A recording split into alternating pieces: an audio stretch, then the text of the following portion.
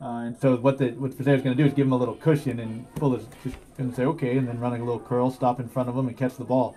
Luckily, the ball was put to the ground, so we couldn't get any yards after the catch. Now 3rd and 5. They have Humes back on and quarterback.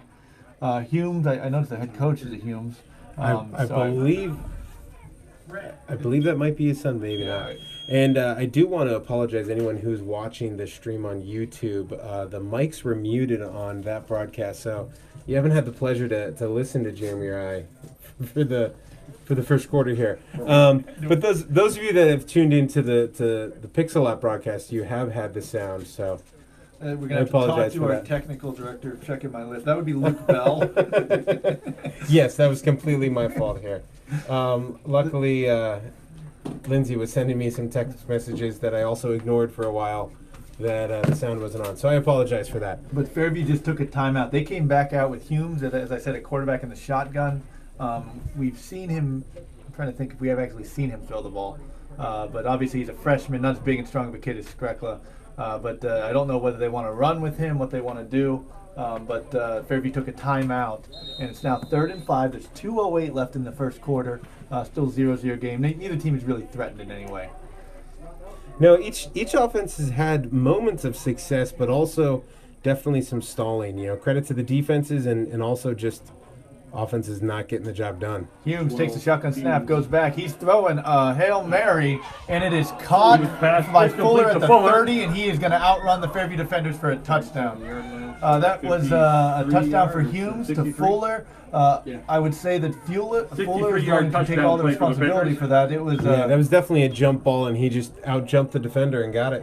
And he was able to catch it, and then he was able to easily get to the end zone for the touchdown. Luckily for Northeast, they don't have the same offensive pass interference rules like they do in the NFL, because there was definitely the other two receivers on that route were just blocking the entire time. I think they had no interest in running a route. But, when you have an athlete like Fuller there, sometimes, you really only need to run a one-person To be fair, I believe that was the play.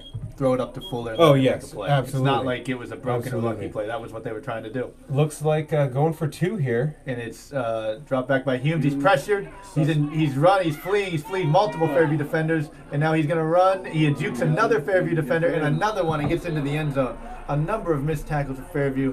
Fairview coaching staff can't be happy with that. 2-point conversion. A heck of a play by a freshman quarterback. 1:57. Yeah, that was definitely. We had pressure on him right away, 8-0. and had the chance to take him down multiple times to keep him from getting those 2 points. But showed a little athleticism, on the quarterback's part. Making our guys miss, but also just poor tackling on that. And so that's going to make it 8-0 now, Northeast, with 1:57 left in the quarter. They're going to be kicking off. We'll see how they kick off if they do another squib.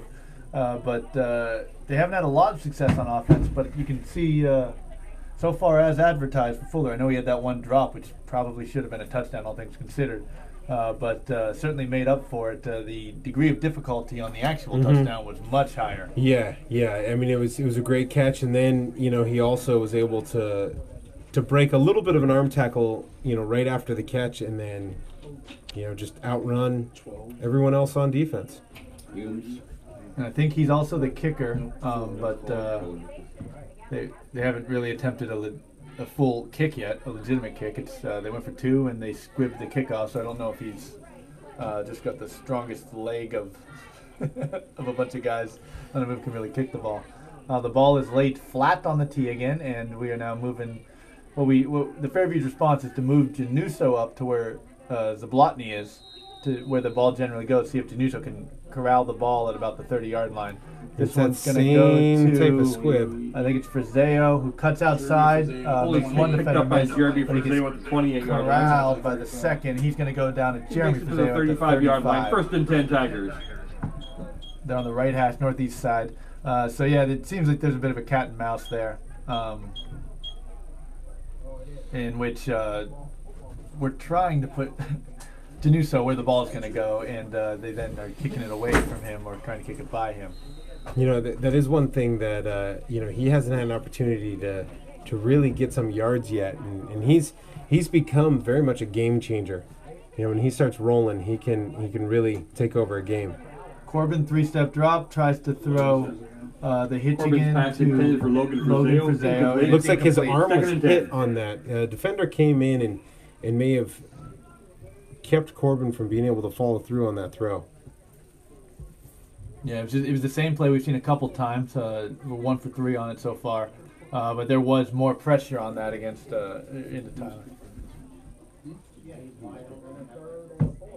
2nd and 10, 1:46 left in the first quarter. Double wing, double wide receiver. Fullback is Zablotny is behind Corbin, and we're gonna run. Give to Zablotny. He gets through Sam the Zablotny one with arm the tackle. ball. He's running hard, but a couple Northeast guys bring him down. A gain of about 4. It's going to make it 3rd and 6 or 7. That was a good solid run by Zablotny. What's he listed as weight wise? 5'8", 170. 4 yard. With his pads on, he 36. might be 170 because I'm pretty sure he uses a 145 pole when he pole vaults in the spring. But even despite his size, he ran hard through there and was carrying a few defenders on his back. Yeah, they were D linemen. We had a triple option look, and the give was to Zablotny, and he was able to make it a positive play. Corbin drops back. We throw the hitch again. It is nearly intercepted, incomplete. Number 11 for Northeast. That's Luke Corbin's Riedel. pass intended for Friseo. IED, Broken up by Luke who Riddell. broke up the pass. It sounds like it's Riddell.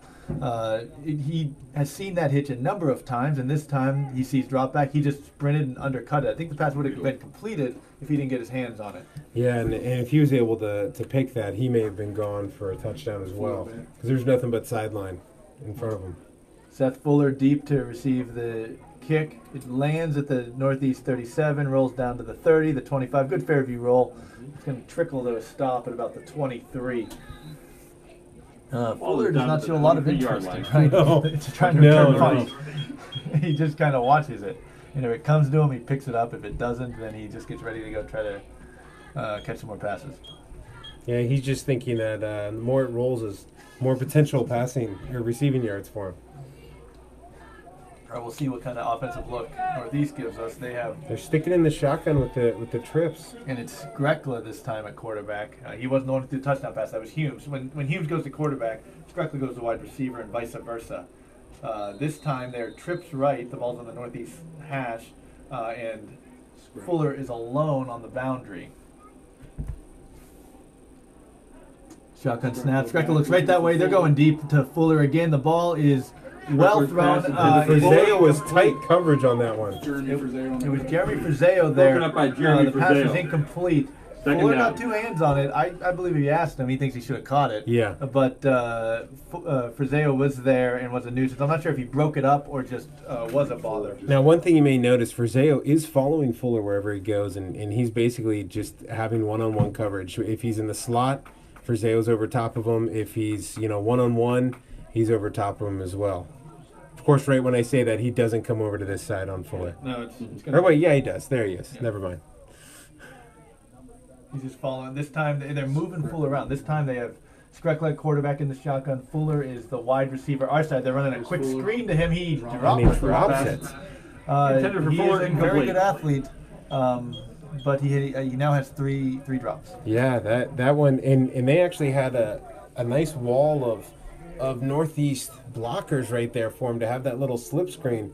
I think he would have picked up a really good chunky yardage, if not a first down on that, if he just catches it cleanly. I didn't think the throw was off too much, maybe a touch low, but still a catchable ball. So it's interesting to watch. Humes is the one going to the sideline and calling the plays. That's the freshman. Then we don't know who's going to line up at quarterback. This time it will be Humes in the shotgun. There's Looks like there's going to be a though. timeout. It's 41 seconds left in the first quarter. It's 8-0 Northeast on the big play. Humes to Fuller, maybe a 65-yard touchdown pass. Other than that, not a lot of offense. I couldn't even say what the biggest play was. Maybe. For us, we haven't really had many big plays. To be honest, I don't even know if we have a first down. Corbin had a 7-yard gain. He did, but that was on a 1st and 15. So. I'll take a Snickers. Pass some candy. Run, you want some? What the heck? Why not? You just have to wait until halftime or something. but it's a timeout. There's been a lot of timeouts. Northeast only has 2 left. Fairview's called 2 timeouts already, so we only have 1 left. We're looking at 3rd and 10 right now. 2 incomplete passes to Fuller.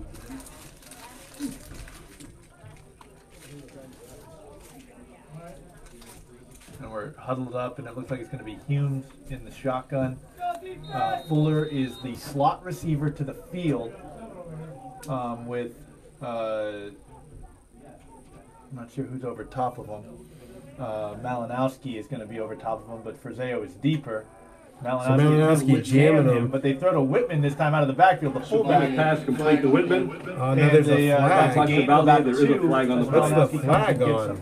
So what Fairview just did there is they put Malinowski over him. Malinowski does not have size.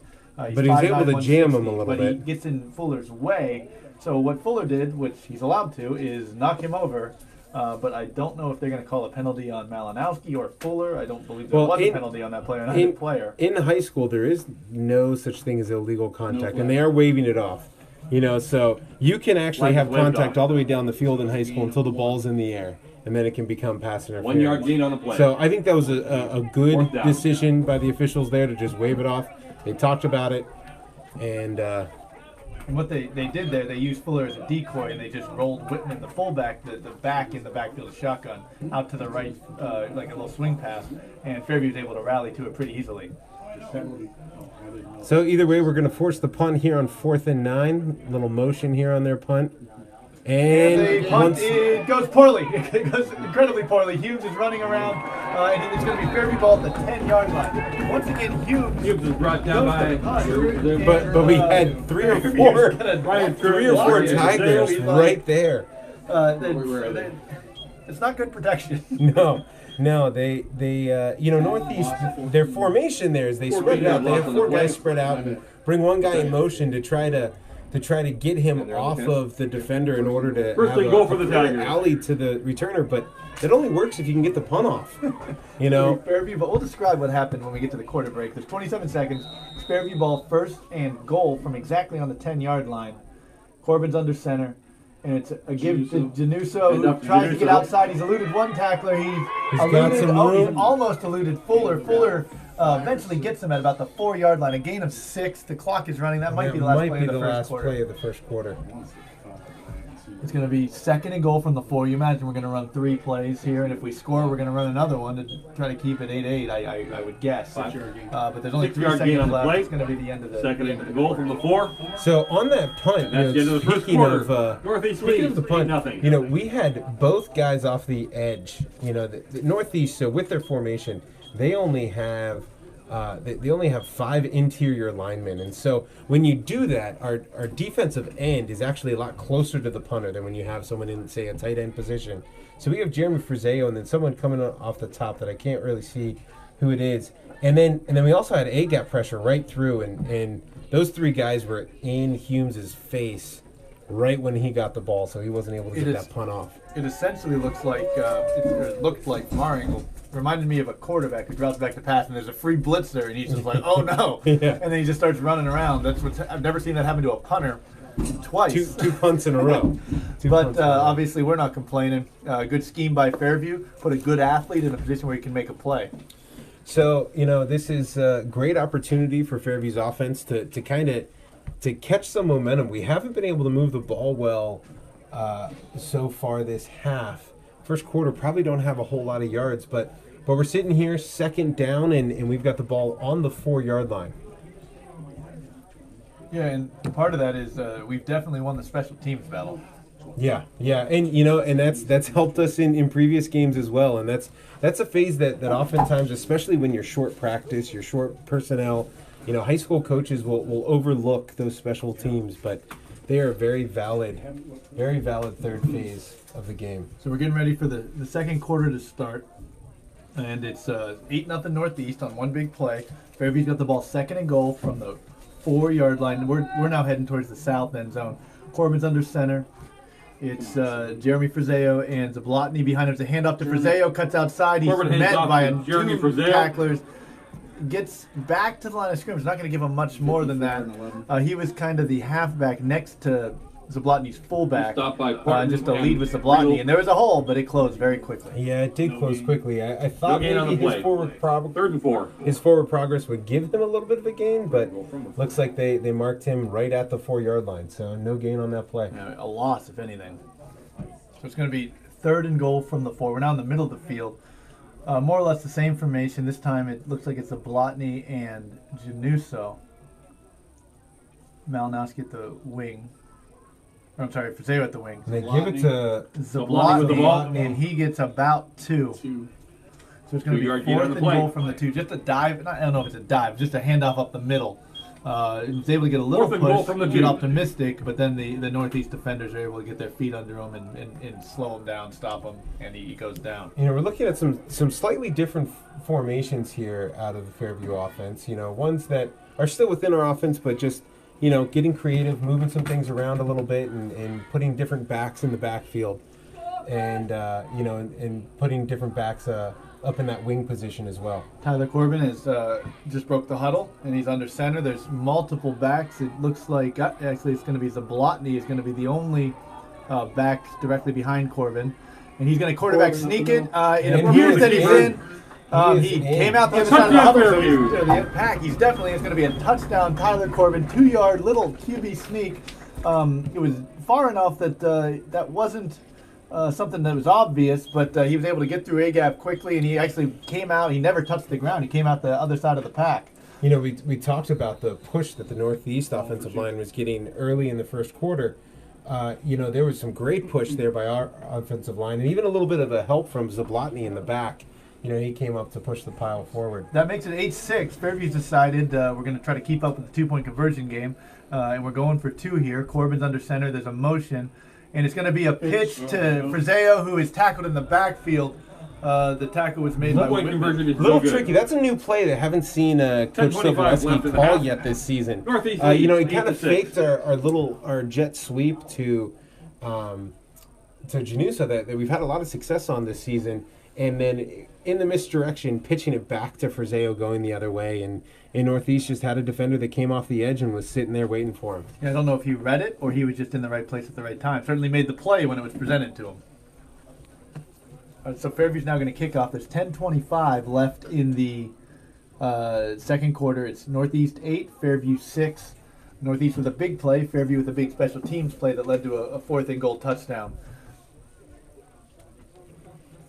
Well, either way, you know, it was at least a scoring drive that gave the offense a little bit of a success.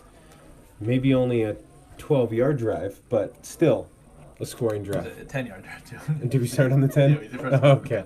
It's a 4-play, convert on 4th and goal drive. But now Fairview will kick off. Michael Januso is going to kick, obviously. Michael from Januso, the right kick for the hash. Tigers. Fuller deep for Northeast. Obviously, this Fuller is a pretty good athlete. He's alone. No other Northeast grave picker is farther back than the 34, and he's standing alone in the center at the 15. Well, you know, Michael Januso, who actually just last night on this same turf completed an undefeated season in soccer. He It's a little pooch kick, which is caught by Northeast. That would be Fair catch by Cameron Cameron King. He King. fair caught it First at and the 10 32. Northeast. which was interesting that he fair caught that. You know, Michael Januso is one that can definitely place his kicks, and you know, we've recovered a couple of those with those little pooch kicks or you know, a surprise onside or a crazy squib kick. So something that Northeast definitely saw on film and they respect.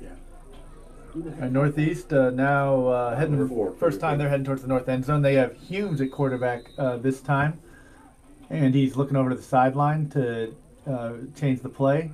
Takes the shotgun snap, and they're running a pitch to Whitman off the right side.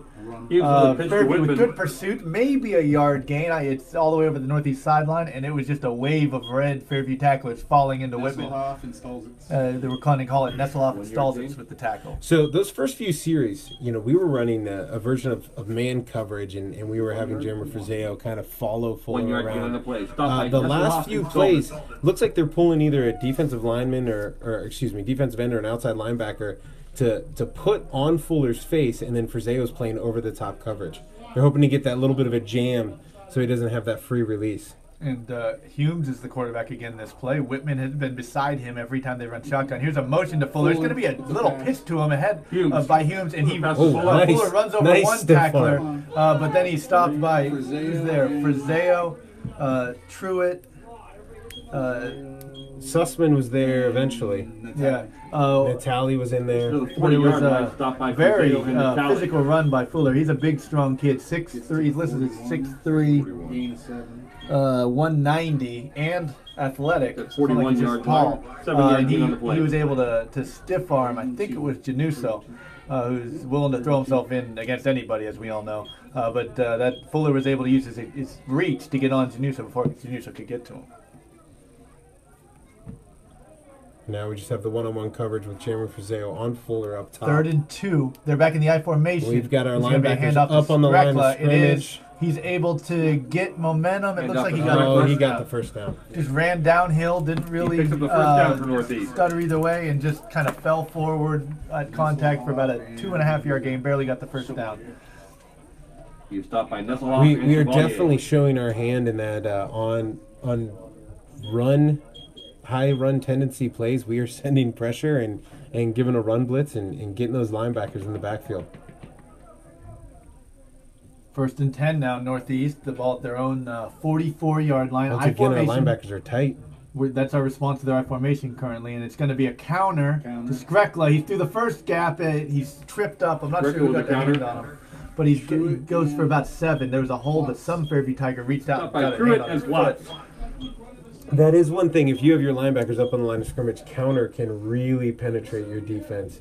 When your linebackers aren't at 3 yards depth, they're not able to read their guards, read their cues, and so they can't scrape over the top. That we penetrated, they hit it, and then now we're waiting on the secondary to make a play. I formation again, 2nd and 3. Northeast has returned to the I here, and once again, it's going to be a fake to Skrekla. Roll out by Humes. He's throwing it deep. Oh, Fuller Frizeo's on got it. Frizeo. It is going to be Frizeo's. Fuller came up. I think he actually turned into the DB there and broke up the catch by Jeremy Frizeo. Now, I think Frizeo is in the top 5 in interceptions so far this year in District 10. I believe he's at least somewhere on the leaderboard with that, and he was hoping to add another one there on that play, but Fuller, like you said, turned into the defender and made a good play to make sure that Frizeo didn't come down with the interception. And they just had isolation there up top near the Northeast sideline to the field, and it was just a corner route. The ball, Fuller had a step there, but the ball was underthrown. So now it is 3rd and 3 from the Fairview 49, 7:36 left in the linebackers are on the line of scrimmage. The first half, and they're in I formation, and it's a There's toss a toss. sweep to Skrekla. He's got a gap. He's He's able to able to Skrekla. barely get the first down before he's pulled down Brought down by Chevalier. He just picked up the first down. Charles Chevalier. That is 2 4-yard gain on the play. Chevalier He might looks, be injured. looks First and like 10 he might Northeast. be hurt on the play.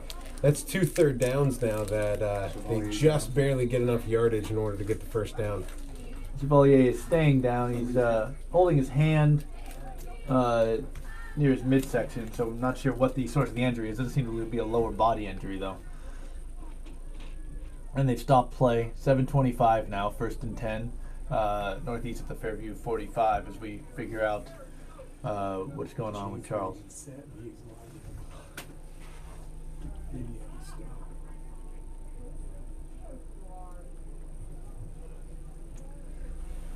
It's been very interesting to watch what Northeast is up to on offense. They came out and ran I formation. Not that we're here to really give deep analysis, but I formation first drive, and then shotgun, and now we're back to I formation on the 4th drive, and the switching of quarterbacks in there as well. And to be, in my opinion, I feel like they've had the most success in that I formation. Yes, they did have the big play in the touchdown out of the shotgun thrown it to Fuller, and I think he's definitely a key part of their offense. But in a sustainable offense, it seems like that I formation has proven to be a little more effective for him. And if your pass plays are just throw it up, throw it deep. You can do that out of the I formation too. Yeah. Especially because when they're running trips, they're just throwing to Fuller. So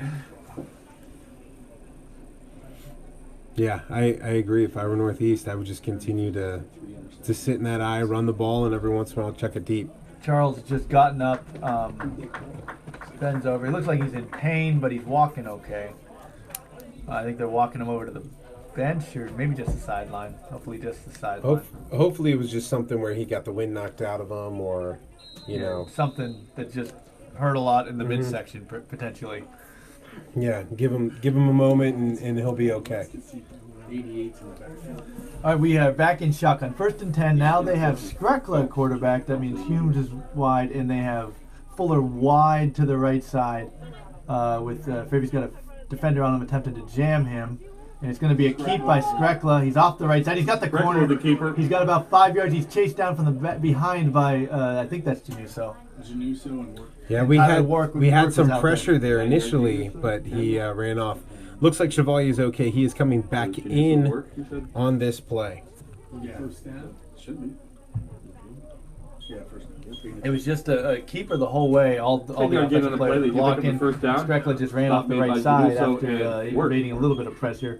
Got a first down. Good hustle by Januso to make the play. He literally chased him down from coming off the other edge. So it was just him outrunning Skrekla to catch him. It's going to be 1st and 10 northeast at the Fairview 35. Right hash, Skrekla in shotgun. And he's dropped back to pass. Bringing some pressure. He looks left. Now he's running right. Malinowski. Throws a quick pass. It might have been completed. They're calling it incomplete. I think that was Skrekla's pass. Incomplete.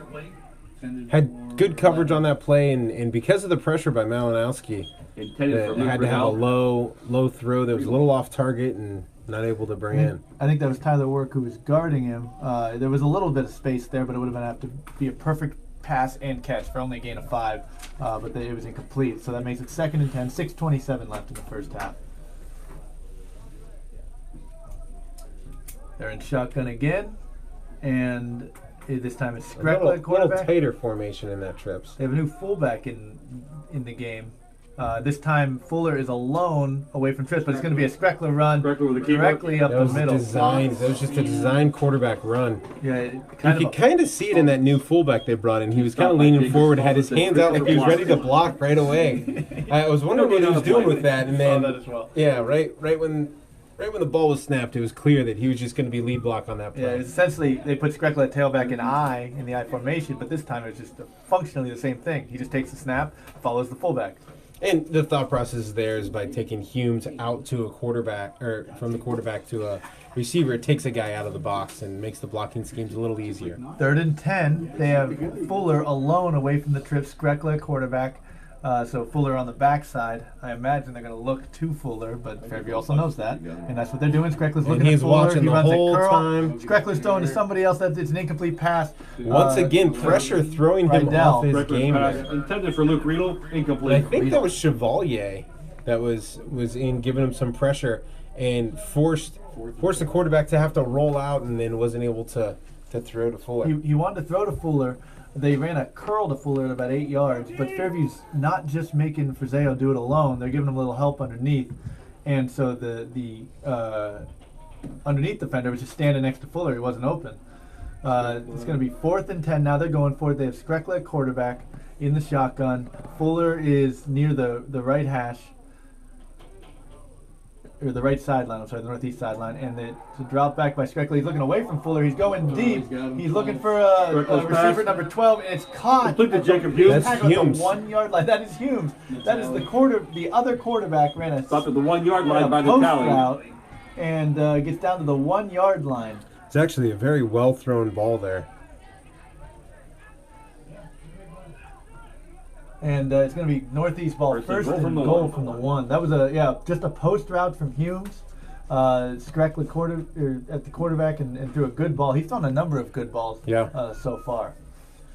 So obviously not the play we were looking for on 4th down. And now it's going to be 1st and goal for northeast as they try to punch it in. And they're going to, I imagine, go back to the I formation. Yes, they are. And it looks like we're getting down to 5 minutes left here in the game, or not in the game, in the first half. And Humes is possibly changing the play, communicating with his backs a little bit. And it's a give to Skrekla, who's into the end zone. Hand up to Skrekla. Touchdown northeast. It'll be a touchdown northeast. That makes it 14-6, pending this 2-point conversion. It was just the same play they've been running over and over. Just there's a slight misdirection to it, but just eventually, it's essentially a lead. just a one false step by the tailback before he runs downhill, and Skrekla was able to get into the end zone pretty easily. Obviously, it was only a yard, so Fairview had a lot of guys trying to stop him at the line of scrimmage, and often when that doesn't work, there's a wide open hole. And that time it did not work. Interestingly, it's now they're going for 2 out of the shotgun with Humes. Remember last time it was a pass play, it broke down, and Humes was able to get into the end zone. Humes drops back. It's a quick There's some pass, pressure. and it is There incomplete. you He go. was looking for He was Skrekla. fast and So said it was remember, the big Skrekla. play was 2-point Skrekla to conversion, Humes, not and the 2-point successful. conversion was an incomplete pass. Humes to Skrekla. 4:55 left in the half. Looks like we Northeast may have lead, gotten a 14-6. finger on that ball from our defensive line in the pursuit to put some pressure on the quarterback there. And I can't, over here I can see out of my left eye. Over here I can see my right eye. Scoreboard. So our offense is going to get another opportunity here to try to get some positive plays here before the half ends. 4:55 left, 14-6. We have not sustained a drive yet. We haven't even really had a big play. We've shown flashes like we've been able to move the ball, but just haven't been able to follow through yet. Northeast has certainly been able to move the ball better than we have. That was a nice sustained drive, certainly buoyed by the 30-yard pass. Yeah, on 4th and 10 too, and that's just a backbreaker for the defense. Fairview a little confused on which side they need to line up on for the kickoff here. Trying to mess with Northeast's head, Yeah. confuse them. We're going to see who's kicking off. It looks like it's going to be Fuller. The referee tried to hand it to a different player, and the player said, "No, don't give it to me." And pointed at Fuller, who's now jogging onto the field holding the tee. He's probably going to set it horizontally. We got Jared. And it is set laterally. We have a number of Fairview defenders in the area where we think Fuller's just going to kick it on the ground. Oh, and he misses it. They essentially, touched and it they first. touched it first. They touched it first. He touched it first. The refs have not signaled whose ball it is. They did not signal. Okay, so it was essentially a functional and onside kick. And Fairview went to grab it, Northeast went to grab it. The ball did not get 10 yards. I think Northeast got to it first. I think they're going to say that we touched it first, Yeah, which we definitely did not. The referee who was closest to it definitely could not see. The referee on the Fairview sideline had the viewpoint. He essentially Fuller almost whiffed on the kick. And so Yeah. it just trickled off the right of his foot, rolled like 7-8 yards. And Fairview is trying to figure out what happened. The referees are discussing in a big group what happened. So I'd say they're also trying to figure out what happened. We have first touching. Is that work? Okay, we have first touching. Red ball. Okay. Okay. We did so- not get an explanation, but the conclusion, this is what the ref said. We have first touching, he pointed at the ground, said white, and then red ball. I think their ruling is that Northeast touched the ball first, which they got it right. Northeast did touch the ball first, short of the 10 yards. The ball's got to go 10 yards before you can touch it if you're the kicking team. So Fairview gets the ball where they touched it. They're going to give it the ball to Fairview, 4:52 left at the Northeast 47, and we're already lined up, and there is now the Looks like Humes, the Northeast coach, Humes, would like an explanation from the officials. Shouldn't there be a penalty on There that? should be a penalty. Not on Northeast. They didn't call it. So They gave us really, the ball. so actually, I think Humes has a legitimate issue on this. If we recovered it, we could decline the penalty and just take the ball there. Since they touched it, that should be a penalty and potentially a re-kick from the 35. Well, you know what? I don't think it's a re-kick. They would just do it forever. Yeah, it's not a re-kick. Humes is posturing, he's demonstrating what he believes happened and why it should be Northeast ball. Multiple referees are hearing him out. So I think that in that situation, the receiving team just gets it where it's touched. Okay, now Humes has been heard out, and we're ready to go. Fairview ball at the 47, left hash heading towards the south end zone, Northeast 47. And Corbin under center, and he hands it off to Januso, who cuts outside. Corbin hands off to He's Jared got one Januso. tackler miss, 2 tacklers missed, and he steps out of bounds. It was one of those where it's an off-tackle play, but he uses his quickness to just keep bouncing it outside and elude tacklers. It ends up being a gain of about 6 as he ran across the If field. you see Coach Sobolewski on the gain. sideline, he's telling them, Second and enough 4. east and west, get north. And he wants him to run upfield. And, that was a play where Janusa ran 30, 45 yards and, to pick up 6. He did step out of bounds, which stops the clock with 4:43 left. 2nd and 4 for Fairview. Corbin under center again. We are in a... Corbin gives to Jeremy Frazeo, comes up cuts to Jeremy Frazeo. upfield, and there's that north-south that the coach is looking for. Frazeo picks up the first down. Gets about 10 yards. Looks That was like a we battle. might get some extra yardage here because there was some extracurriculars between our receiver and the defensive back. Brandon Bailey and Logan Frazeo Now, were... I think it looked like it was a little bit of both of them, but in the end, it may have looked worse against the Northeast guy. So Well, he demonstrated the most at the end with the posturing Yeah. or whatever. I- There is I- going to be a 15-yard penalty on Bailey. I was a don't think 3-yard gain Frazeo for was Frazeo on the necessarily play. innocent on that play. Yeah, I but- mean, the correct thing you do if you've been held is you allow the jersey to hang off the shoulder pad like it was. Yeah. You look at the ref and say, that didn't get there by itself. That's that's spoken like a True. DB there that likes to complain a lot. But that Bailey's shoulder pads were like that. But I think the They were. penalty wasn't so much for the grappling, but it was for a well away from Jeremy Frazeo. Let's not forget, a great 10-yard run to get the first down. Bailey kind of threw his brother to the ground. But it's going to be 1st and 10. We're now at the 19, and it's a There's give. that counter, and he's got a hole. It's Januso, and he... Is it Januso? I believe it is. He gains Yeah, about that's 7. Januso. Janusa with the ball. And he was much more north and south on that About a run. 7-yard So gain on the he play. listened to what Coach Sobolewski told him on his last run, and he was able to get upfield quickly on that one. So it's going to be 2nd and 3 now. That was just an off tackle out of a quasi sweep, I guess, from the wing back position, and it's going to give us 2nd and 3. 4 minutes left. We're now down to the Northeast 13-yard line. Corbin's looking over to Coach Sobolewski for maybe a change of play.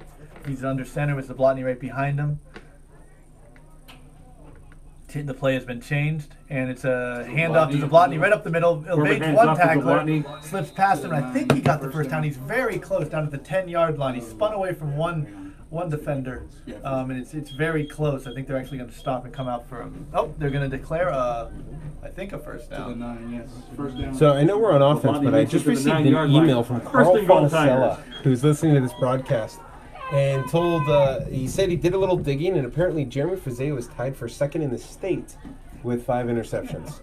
So That's impressive. that's Three last game. Oh, we got hot give him off some more.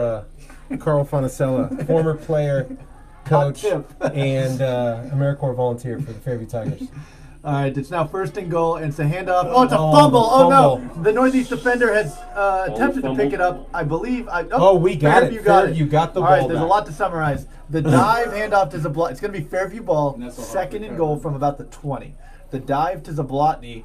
The handoff was didn't go well, and the ball came squirting out. There were 3 Northeast defenders who were the closest to it. The first one to pick it up. And There's really nobody not a red around. jersey within 10 yards. Yeah, It's because the covered ball by- went backwards. It was like the 17 just laying there. The Northeast defender Doug Dustin mishit off. it. Other Northeast defenders tried to jump on it, and then And it bounced I'm not around, sure. and I think one of our linemen got in there and was able to recover it, which was a big play. Now, we have a lot of ground to cover here on 2nd down, but it's still retain possession. 2nd and goal from the 21, actually. Corbin under center, drop back. And we're throwing deep this time to Throwing to Frazeo, and it's just a he little had his defender beat, That's but he intended for Logan Corbin Frazeo just to led complete. him out of the back of the end Little zone. little too much on that throw. 3rd down. Logan had his man beat. It was a fade route, and it was just 3. It wasn't well out. It was just maybe 3 yards too far. Just trying to throw to the back end zone from the 21-yard line. I imagine this is 4 down territory for Coach Sobolewski, so, not trying to get all 21 yards in this play here, trying to get a decent chunk, maybe, 7 to 10 yards to make it a 3rd and manageable. Corbin's under center. Logan's his only wide receiver, but there's going to be a Sounds like a timeout by timeout. Fairview. This is our last timeout. 2:44 left, so the clock isn't really an issue, but Timeout we do not have Fairview. any timeouts left. And so Valesky is reaching into his playbook and opening to the page. What do I do on 3rd and 21? You don't have a lot of plays for that. But No, typically your chart doesn't go out to that. but certainly understand that it's pretty typical strategy. On 2nd down, you get a couple downs. You know you're going to go for it on 4th down. On 2nd down, see if you can get it all back in one go. Now you can either go for it all in one go again now, or try to take a chunk. Which, to be honest, with a receiver like Logan Friseo, it's not a bad option to try that 3 plays in a row. Just to see what we can get out of it, and you throw a jump ball up, 9 times out of 10 he's going to come down with it. I imagine they're going to possibly run some type of hitch, screen, something like that to try to get a portion of these 21 yards back here to make it a more manageable 3rd down, but then again, he could put him out there. Now, one thing I did say before is that we wouldn't see Stalzitz out on offense. However, I do see him out there right now. Looks like he's going out at wide receiver. One thing about our desire to throw it up to the 6'5" Friseo, Fuller, their wide receiver, appears to play D-end on defense. He's not a defensive back, so he's not there for those jump balls. But we do have Stalzitz on one side, Logan Friseo at the other, and it's a drop back. And it's a little slant, caught by Jeremy Friseo from the 8-yard line. A nice hit by Skrekla, who then immediately helps him up. It's going to be 4th and goal from the 8-yard line. It's ran a little slant to Friseo, who's the wing. Nicely connected. That was a nice hit, because otherwise Jeremy would have just walked right into the end zone. But like we said, that gets back a little over half of that chunk, and now it's a manageable 4th and 8. So 4th and goal from the 8. Clock's not a factor, obviously. 2:15 left in the half. That was the free safety Skrekla. Friseo was able to just get open, no linebackers around, but the free safety came down. Skrekla is a nice physical player, was able to make a big play to make sure it's a tough conversion here for Fairview. Corbin's under center, and he drops back, and he throws a slant to Friseo, which is incomplete. It was a slant broken up by Brandon Bailey. Brandon Bailey would be the one who got the big 15-yard penalty, redeems himself. A nice play. I won't say that Logan was wide open, but it was certainly a completable ball. But Bailey was able to cut in front and break up the pass. So that's going to make it Northeast ball now at their own 8-yard line. 1:52 to go. They have 2 timeouts. And Humes is jogging in with the play to their huddle. So obviously, 1st and goal went pretty poorly, a pretty poor turn of events because of that loss and the fumble. So hopefully Fairview can keep our composure up and then make sure we get to the half with a 14-6 score. They're in the I formation. Humes under center, and he hands off to Skrekla. He's up the middle. He's actually able to get through the linebacker zone this time, and he's able to get out to a 1st down before he's tackled by a couple guys in the Fairview secondary. He's going to be 1st and 10 from the 20. That's the first time he's been able to get by the linebacker. This is a very important drive for our defense. We We really don't want to let up anything here because Northeast will get the ball to start the second half. So it's important that we get their offense off the field here. Working Sussman at the tackle. So Sussman hustling to get to the tailback downfield. But it's going to be Northeast running the I formation. Give it a bubble. The ball was, I think Skrekla, he dropped the handoff, but I think he just fell right on it. And it looks like he did. He's handing the ball to the referee. So Northeast, like that first play, maybe he's like, okay, let's see if we can do this a couple times. Then that fumble happens, and the coach is always like, let's just get to halftime. And they weren't really in a hurry in the first play or the second play there. They did stop the clock with the 1st down, but they didn't hurry up to the line to snap it or anything. And they're letting the clock run here, so I imagine they're just going to hand it off 1 or 2 more times. Humes under center, I formation, Skrekla tail. There's only 50 seconds left now. The clock's running. It looks to be just a fullback dive, and it goes nowhere. Whitman is tackled by, I see, Sussman. Is one of the guys getting up. There's a linebacker, I think. It looks like Stalzitz is there. Sussman and Stalzitz. Or Stalzitz, I'm sorry. 1 yard gain on the play. There's 30 seconds left. Fairview could call a timeout here if we had any. So the clock's just going to run out. Northeast it seems to have scrapped this drive. I'm glad you pointed that out. If we had timeouts, you're right. We could call them. This would be a situation where Fairview could call a timeout. However, we do not have any. And Northeast does need to snap this. Looks like they're not going to. They're going to take a 5-yard penalty. The play clock is at 6. it's about a half second ahead of the game clock, so it's going to be a delayed game with that. Oh, Humes calls a timeout. Doesn't want to lose the 5 yards. And There's so we have 0.3 left. 0.3 of a second. Timeout northeast. When they call the timeout, they are 3rd and 10 from the 20. I don't believe they're trying to score. I guess Fairview has to be a little bit vigilant here. They do have a threat in Fuller, so we just have to keep an eye on that. Otherwise, I imagine they're going to kneel it. Yeah. You always watch their sideline, have the coaches, as the coach started walking, Coach Humes is walking towards the locker room, which I then, I get a little bit more optimistic they're going to kneel the Under ball. Armour shirt on or something? Yeah. Well, you come out here with short Yeah. sleeves on. And it looks like they were just putting Fuller deep to kneel the ball here. Yeah, and so they will go into the halftime happy with their 14-6 lead. I'm not sure whether it looks like it's Humes takes the snap, and he's the one that kneels, and that'll be Northeast halftime. 14, Fairview 6. Northeast 14, Fairview 6. It's going to be a 15-minute half. We'll pick back up a couple minutes before then.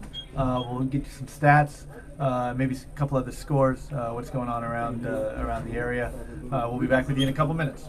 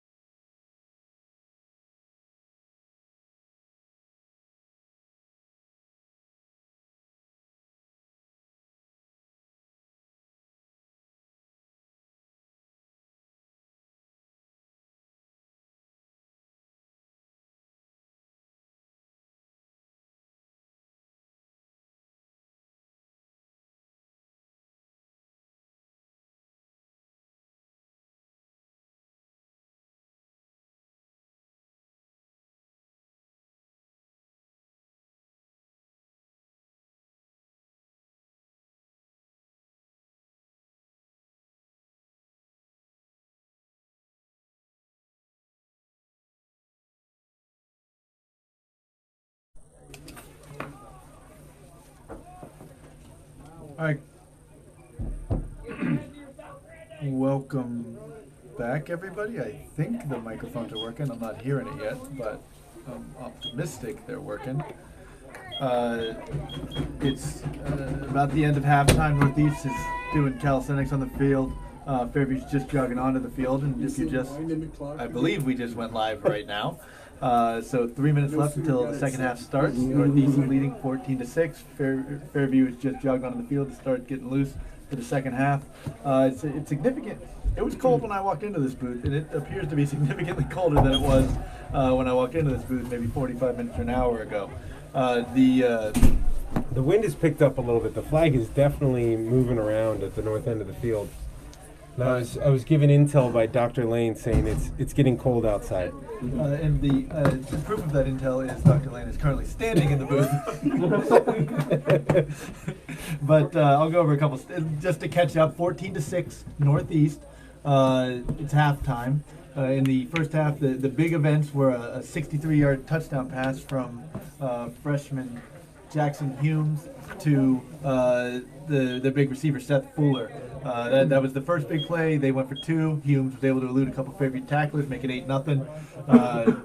Kind of a little scuttling around from Fairview on offense. We only have 52 total yards, but we were able to use special teams. We had a fourth and goal from the 2 after the best plays that we've had, I guess, would be 2 attempted punts by Northeast that the punt didn't even get punted because the punter, who is also that freshman quarterback Humes, he was under too much pressure, so it just became a scramble play in which they lost a lot of yards, gave us great field position.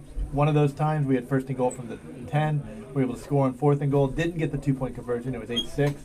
And then Northeast just drove down and scored. A big play in that drive was a 30-yard pass from their other quarterback, Skrekla, who threw it to Humes, the first quarterback, for a 30-some yard pass on 4th and 10. They have been interchanging quarterbacks. They've been interchanging formations, whether it's I formation or shotgun. And it's produced 150 total yards from 154, I think, compared to Fairview's 52. A good chunk of that is through the air, and a good chunk of that was that 63-yard touchdown pass. Looking at the statistics, Humes is 3 for 5 for 71 yards and a touchdown.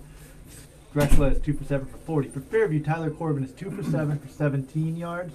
Those have went to the Frazeo brothers. I think each has 1 catch. Rushing the ball, the lead rusher so far in the game is Skrekla, who is also passed for 40 yards. He's also the tailback in the I formation. He's got 60 yards on 15 carries. Nobody else has really been able to move the ball. Although Jackson Humes has 2 carries for negative 16 yards, but those are the 2 punts. For Fairview, not a lot of offense. I don't think anyone would say we're happy with the way the offense has been able to move the ball. Januso's got 5 carries for 16 yards. Zablotny's got 4 for 10. Frazeo's got 3 for 7. Corbin's got 4 for 2. Looking at the receiving yardage, the big one is Seth Fuller, 3 catches for 76 yards and a touchdown. Jackson Humes has 1 catch for 34 yards for Northeast. And as I said, the Frazeo brothers have both catches. Jeremy's got 1 for 13. And Logan's got 1 for 4. That's a summary of the statistics. Obviously, the offense, Luke, is not it's not a great performance. And a lot of that starts up front. There were a couple, that one drive where we started on the 10-yard line, we were able to get some push offensively on the offensive line. Other than that, we've struggled a little bit. I think overall Northeast has kind of won the battle at the line of scrimmage, and that's something that I'm sure the coaches are hoping to shift in the second half here. Second half. Yeah, if you were to grade the game, I guess I'd say Northeast gets the better grade of the first half. And I'm not terribly displeased that Fairview's down 1 touchdown. To be honest, the only thing that has kept us in this game is our special teams, as you mentioned in the first half. Those two punt plays where we were able to keep them from even getting the punt off. Starting 2 drives inside the 20, and scoring on one of those 2. That's really what has set us up to be 1 possession away in this game. And Fairview will be kicking off from the north end zone towards the south. It's going to be Michael Januso. who's going to kick from our right hash. He's going to do one of those high. Oh, it's actually an onside kick. It Oh, bounces good high. bounce. Oh, it bounces all over the place, and I don't know who got the ball. Oh, I it think looks like Northeast was able to get on Northeast it. is able to recover it. It was a perfect onside kick. It literally That had, Northeast recovered that had the an kick. amazing bounce at the and then 10-yard it mark. bounced in the air, and it came down, and the Northeast player either kicked it or it deflected off his leg and went flying. And for them, it was a perfect onside kick. Loose ball and 10 just Northeast. happened to land at They're on Northeast 44 player's yard feet line. and fell on it. And it'll be Northeast ball at the 44 to start the second half. Some scores around the area playoff. We had Grove City up 18-0 on LaBeouf at the half, which was a surprise. And that game's at Fort LaBeouf. Yeah. Reynolds up 20-0 on Cambridge Springs. It's also a playoff.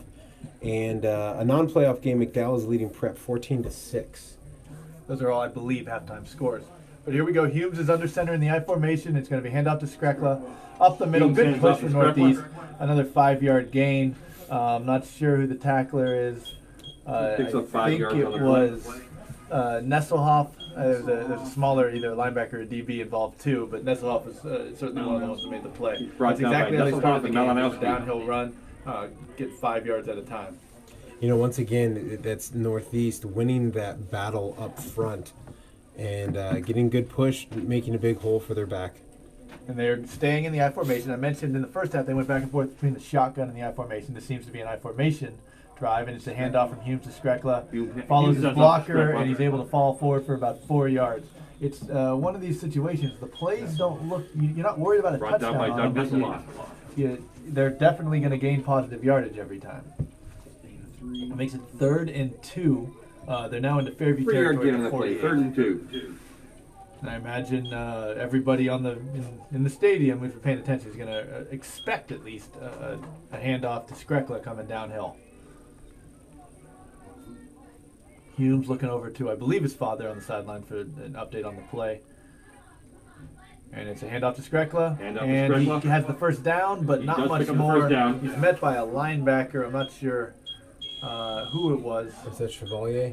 I think so. Gain of 3. They needed 2. Skrekla was full speed. He's Stopped by not a small Natali and kid. Chevalier. He is 6'2", 195, and Chevalier coming in at 6'1", 175. So just a little bit smaller. Was able to meet him and drop him. It is now 1st and 10, despite what the down marker is attempting to say, from the Fairview 45-yard line. The down marker still says 4th down. I formation, handoff is There's going a to be that counter to Skrekla. He cuts up in Handoff to the Skrekla. interior. Looks like he's getting 5. And another one of those 4-yard gains. A number of Fairview defenders are there. Nesselhoff's down by the legs. Chevalier's Brought down getting by up. Nesselhoff and Zablotny. And Zablotny was there as well. 4-yard gain on the play. 2nd and 6.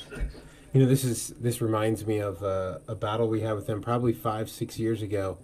Out at Northeast, they had Garrett Owens at their back, and we had Harold Coles at our back, and they just would get 3 to 4 yards every play. You know, with Garrett Owens just running downhill, and it was just very difficult to stop. They're in the I formation, 2nd and 6. I think they're in unbalanced too. And this play goes nowhere. We had That Sussman that was Johnny. Johnny Himline was coming Himline in. was in the backfield. He Ball disrupted the brought down by play. He didn't Himline actually and make the Malinowski. tackle, but he was certainly there, No and the gain play on the went play. nowhere because of him, because they lost all momentum. I think Zablotny cleaned up the rest of it. It's going to be 3rd and 7 now. A nice play. They've had positive yardage every time so far until then. We'll see if this forces them out of just the I formation downhill that they've been doing so far. They've run 3 minutes now. With 9 minutes left. I in the imagine third that quarter. this will be 4-down territory for him. And so it might be 2 just handoffs. And if it's a handoff to Skrekla, and he gets about 5. It's going to make it 4th and 2. Just Chevalier and Brought down by Nesselhoff on the Nesselhoff and tackle. Chevalier. They are at the Fairview 42. They have to get to the 40. They're on their right hash, closer to their sideline, heading towards the north. You know, end. Northeast's first drive, if I remember correctly, they were moving the ball well, and then we stopped them on a 4th down to end the Not drive. unlike right where we're at. Same. Yeah, very similar situation here. They're an I pro. Skrekla at tailback. We have a lot at the line of scrimmage. And it's a handoff to And- Skrekla, and I don't know where he went down at. He's very close to the first down. They are marking him. It appears to be short, but it's very close. This is closer than the last one. We're sending our offense out. Our sideline is confident that we got the ball. I will say this: Charles Chevalier declared that it's Fairview ball. I don't know if anyone's going to listen to him, but he very confidently. Part of the first down brought down by Plotz and Chevalier. That was all our sideline needed to send out the offense. However, there's not been an official signal yet. We do have an injury on the field. I'm not sure who. It's a North. No, I think it's one of ours. It's a Fairview player. You can't see much about him. I did not see anything happen that caused me to think he was obviously injured, but he's certainly still down. A decision has not yet been made, to my knowledge. Based on where the ball is placed, I really think that it is going to be first down Fairview. They have the Actually, they haven't. the first down. It's going to be down first down marker says regardless. First down, so there's a 1. I don't believe they've moved the sticks, but they wouldn't have to move them very far if they switched them. I think that they were going to signal a measurement before the injury timeout, so And I'll I notice imagine that they will measure Coach here. Sobolewski is walking out to check on the player, and as he walks out, he walks right down the. They want you down there. Okay. He didn't happen to kick the ball as he walked by. did He walked right by, but he walked right down to see how close it was. Gotcha. We're still not sure who is down. Nicole's out there with him. Coach Sobolewski is as well. But he's sitting up now. Anybody else know who's down? I want to say it's Truitt, but I don't know if it's 20 because I don't see him on the sideline. Trying to figure out. There's not that many players. You can kind of do process of elimination, but we don't want to we don't want to tell anybody that somebody's injured if we don't know for sure. We'll let you know as soon as we figure it out. He is sitting up though.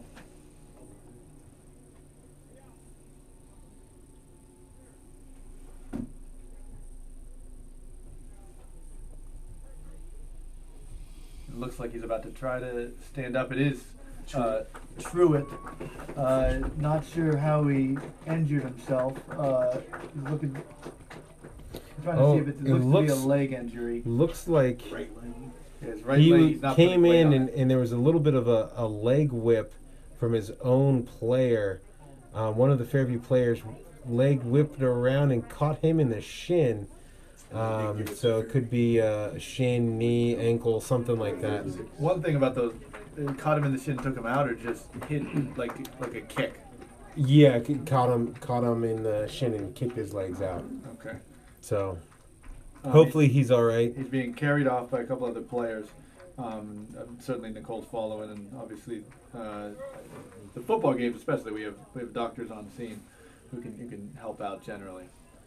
But it's going to be to go back to the game. Fairview takes over on downs, first and 10 at the 36-yard line. As we were watching Jake Truitt being carried off, we missed the signal. It's going to be Fairview ball, first and 10 from their own 36. You mean Chevalier's signal wasn't official enough? I was ready to rely on it. I don't know if Northeast was. We did get the official signal from the referee. It is now Fairview ball at their own 36 on the left hash. 8 minutes left here in the 8:12 left in the third quarter. It's going to be a handoff. A little bit of a He's got a corner. He's at the 50. He's at the 40. It's going to be a foot race, and it looks like he's going to win it, and he will. Oh, he I mean, stepped out of bounds. It's He unclear. stepped out of bounds. We don't know if they gave it to him. The Well, referee they're is signaling. I believe it's a touchdown. They signaled touchdown. This 64-yard sideline touchdown. judge did not say that he stepped out. And 64-yard Northeast touchdown so run it's from a Jared huge Januso. touchdown run, 64 yards. And Januso had an angle, and then it just became a foot race, which he won. To win that foot race, he got really close to the sideline, nearly fell out of bounds, or nearly, not fell, but stepped out of bounds. He had to kind of high wire it for about 10 yards before he regained his balance, but he's into the end zone for a touchdown. Northeast was trying to argue that he stepped out of bounds. The referee was 30 yards behind the play, so we didn't really get a call right away. But they eventually gave us the touchdown. So now it is 14-12, and we're going for 2. Corbin's under center, and he throws a little pass slant to Frazeo. Frazeo. Beautiful. Corbin's Point pass, conversion slant complete to to Logan Frazeo. Frazeo. Wide open, perfectly delivered, and that is a great way to 7:57 start left in the the second third quarter. half. We're Look tied at at the 14. replay here. It is really tough to see. He may have stayed in. It's just that 1 foot. Actually, I mean, based on our limited camera view, he may have stayed in bounds. there's certainly nothing that you can see that contradicts the call that he stayed in.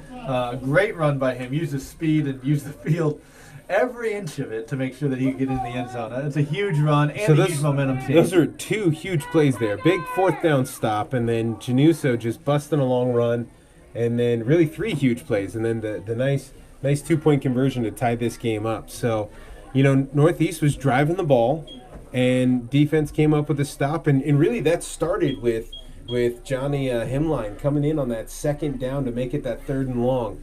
His penetration to stop that 2nd down play in the backfield put Northeast in a 3rd and long position, so then they had to go for it on 4th, and then we were able to get the ball and get some points on the board.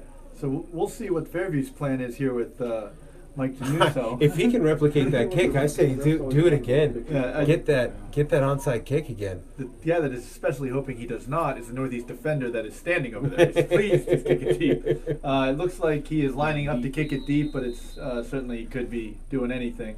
And he's getting signals from coach on the sideline. So it looks like he's determining what he's going to do based on lining kick up. To Fuller at the 16. He catches it. He's going to dance around. Remember how athletic he is. He's wrangled. Somebody's got his feet at the 27. I'm not sure who. He stiff-armed the defender to the ground, but the defender went to the ground, but he said, well, I'm bringing you with me, and he held on for dear life. I think that was Tyler Work. Which gave enough time for a host of other Tigers to get there and bring him down. That was actually great Was coverage. brought down by Tyler Work and a few other Tigers. What you got to do, though, you got to make sure that you hold on to it, but you got to get him to the ground before anybody else gets there, so it's only your target. With a nice play to Fuller, I mean, the way that they're probably going to score is Fuller making another play. So every time he's got the ball in his hands, you gotta worry about that, and we were able to stop him there. And now they're changing their offense to that shotgun with Humes at quarterback, and he drops back. He's throwing a deep ball. He's throwing for Skrekla. It's underthrown. It is heavily underthrown. Incomplete. Second down. Defender, I'm not sure if it was Januso.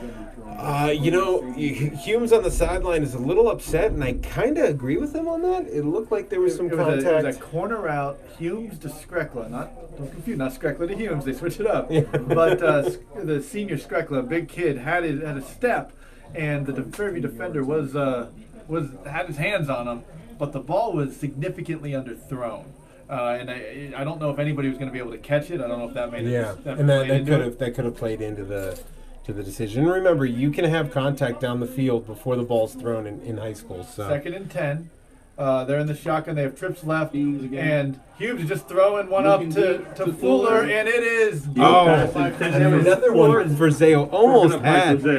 It was Tyler Work underneath.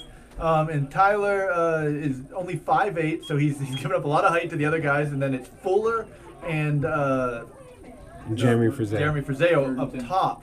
And essentially Work was just kind of harassing him down below. Fuller was not able to jump, and Frazeo almost intercepted it. Fuller almost caught it, and eventually just bounced away, an incomplete pass. Once again, a slightly underthrown ball that, even though Jeremy Frazeo's given up some height advantage, he definitely can jump and get up there and make a good play on the ball. All right, they have Humes at quarterback again. Skrekla is the slot receiver our side, and Fuller the other way. It's going to be just a curl to Skrekla. It's incomplete. Pass intended for Even if he would have Skrekla. caught it, it was underthrown. He tried to scoop it up and get his hands underneath, but was unable to. I don't think it would have been a first down. So no, it probably would have been a gain of 8 or 9 yards. We had a defender on there, and he was on the ground. Now, it looks like they're going to punt the ball, and if we continue to bring pressure on punt. This is our best play by far. And I don't know I have no idea what's about to happen. Humes is deep to punt. They have not gotten a punt off successfully. And we'll see what happens here. And he gets it off. Jesus. Okay. Now hold on. They shouldn't that not be a first down though? Because it's not past the first down. Because if that's a blocked punt. Let me describe what happened first. The punt was not blocked. The punt was just kicked terribly, but it kind of came out there like it was blocked. And Isaac Januso went to pick up the ball, bobbled it, and Northeast recovered it. So they're going to give Northeast, it only went about 8 yards, but they're going to give Northeast the ball at their own 43, 1st and 10. A frustrating play, certainly is for Fairview. frustrating. And here, Northeast is now in the I formation. With Humes under center, and a handoff to Skrekla, and gets about 5, 6 yards. Certainly a momentum breaking play for Fairview. We'd like going for us. It's going to be on the defense to make sure that we don't let them get too far trying to drive down the field again. So if we would have gotten, I thought maybe we got a hand on it in the backfield. If we would have touched in the backfield, that would have been first down Tigers, because the ball did not advance enough for a first down. But since we didn't touch in the backfield and then we did touch it after the punt, that does give up possession. I formation, hand up to Skrekla. Oh, there we go. No There way. is Sussman in the backfield. Meets Taylor Sussman, essentially where the fullback should be. Jacob Stalzich was there as well. Literally, Sussman installs it. I've been that And tailback. Malinowski. The tailback, you just literally take the handoff, and you're running full speed, 2-yard loss on and the you're play. running into a D tackle. Like you take it, you can't do anything about it. So I don't know what more the Fairview defense could have done there. It was a perfect play, really, to stop the lead that they've been running out of the I formation. Here they go to shotgun, though, with Humes at center. Puts them in a Humes- 3rd Humes and at long, which is quarterback, what I we mean. want. It's about 3rd and 6 from their own 43. There's a motion. It's going to be Fuller on the Fuller's pass. running a little jet sweep. It looks like he's got the corner. He's at the line of Fuller on the scrimmage now, pass. but he's Oh, not all able right. to get a first down. That was a great play by Natali there, setting the edge. Tally. Giovanni Natali gets the stop at the 45. That makes it about a gain of 3. That's against Fuller in the open field. It actually will go in the stat book as a pass. He did throw that forward. Yeah, it's one of those where they're in shotgun 4-yard and gain on the the play. quarterback just catches it, Fourth and pitches 2. it forward. Shot puts it almost about a foot, and the receiver coming through catches it. So But- it's essentially like a jet sweep, but if there's a fumbled exchange, it goes down as an incomplete pass. So it 4th doesn't and give up 2 from the possession. 46, the Northeast 46. It looks like they're going to go for it. There they come. In the I formation again. We've stopped them twice on this where they've just run a lead. Fairview's linebackers Although are... he's talking to Fuller right now, so they might try something. They're trying to get us to jump. Okay, and we then they didn't. hand off, and it's going to be a first down by about a yard. It was Hand off to it Skrekla. went on 2 essentially. He picks up the first down. Fairview almost jumped, but didn't. But it did. Even when that going on 2 doesn't work, Stopped by Nesselhoff it and does blocks. mess up the timing of Fairview's defenders, Mhm. and that seemed to be what happened there. They're able to get a first down at the 49, the Northeast 49. They're just less than 5 minutes left, 51. tied at 14. Fairview scored on I think a 64-yard touchdown run on their only offensive play of the quarter. Which doubled their offensive production so far this game.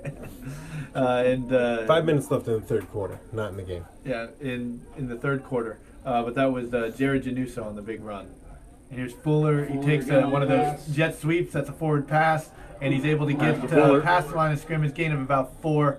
Some of the Fairview coaches want to hold out there, but there was no flag. Looked like there could have been possibly a block in the back on the edge, but Brought down I by think Jeremy it's decent Frizeo enough. and Sam Zablotny. Gain of about 4. Jeremy Frizeo and Zablotny on the tackle. It's going to be 2nd and 6. 4-yard but now gain in on the the play. Fairview territory. 2nd down and 6. And they're back to the I formation. This is the first series where they've really switched back and forth. yeah, From one to typically the it other. has been once. They've picked a formation and stuck in it that entire series. Humes hands off to Skrekla. Little Hand up counter. to I mean, he's got the corner, but He picks up he's the first going down. to run into some Fairview tacklers down at the Fairview 34. Up the middle, kind of bounce it outside. Gain of about 15. Forced out of or bounds so, by 14, Tyler we'll Work. call it. Before he reaches the couple of the Fairview DBs who are grappling with wide receivers. It's going to be first down Northeast at the Fairview 33. And we're now under 4 1st and minutes. 10 Northeast at the Fairview 33-yard line.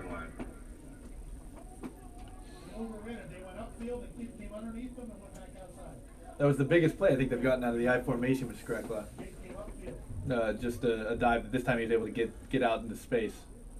Here he comes again, same play, up the middle, and it's Skrekla about up the 6 middle. yards again. Yeah, they're pulling the backside guard to kind of be an additional lead block there. Stopped by Doug Running out of the eye, they have the fullback to be a lead blocker for him, but bringing that backside guard just gets another guy in the hole, and it's really working 5-yard out for gain him on the right play. now. I think Nesselhoff had the tackle there. Just one of those, healthy chunks of 5 yards from Northeast. I formation again. Once again, we have everybody up on the line of scrimmage. This is where if they run that counter, we're ripe for getting caught.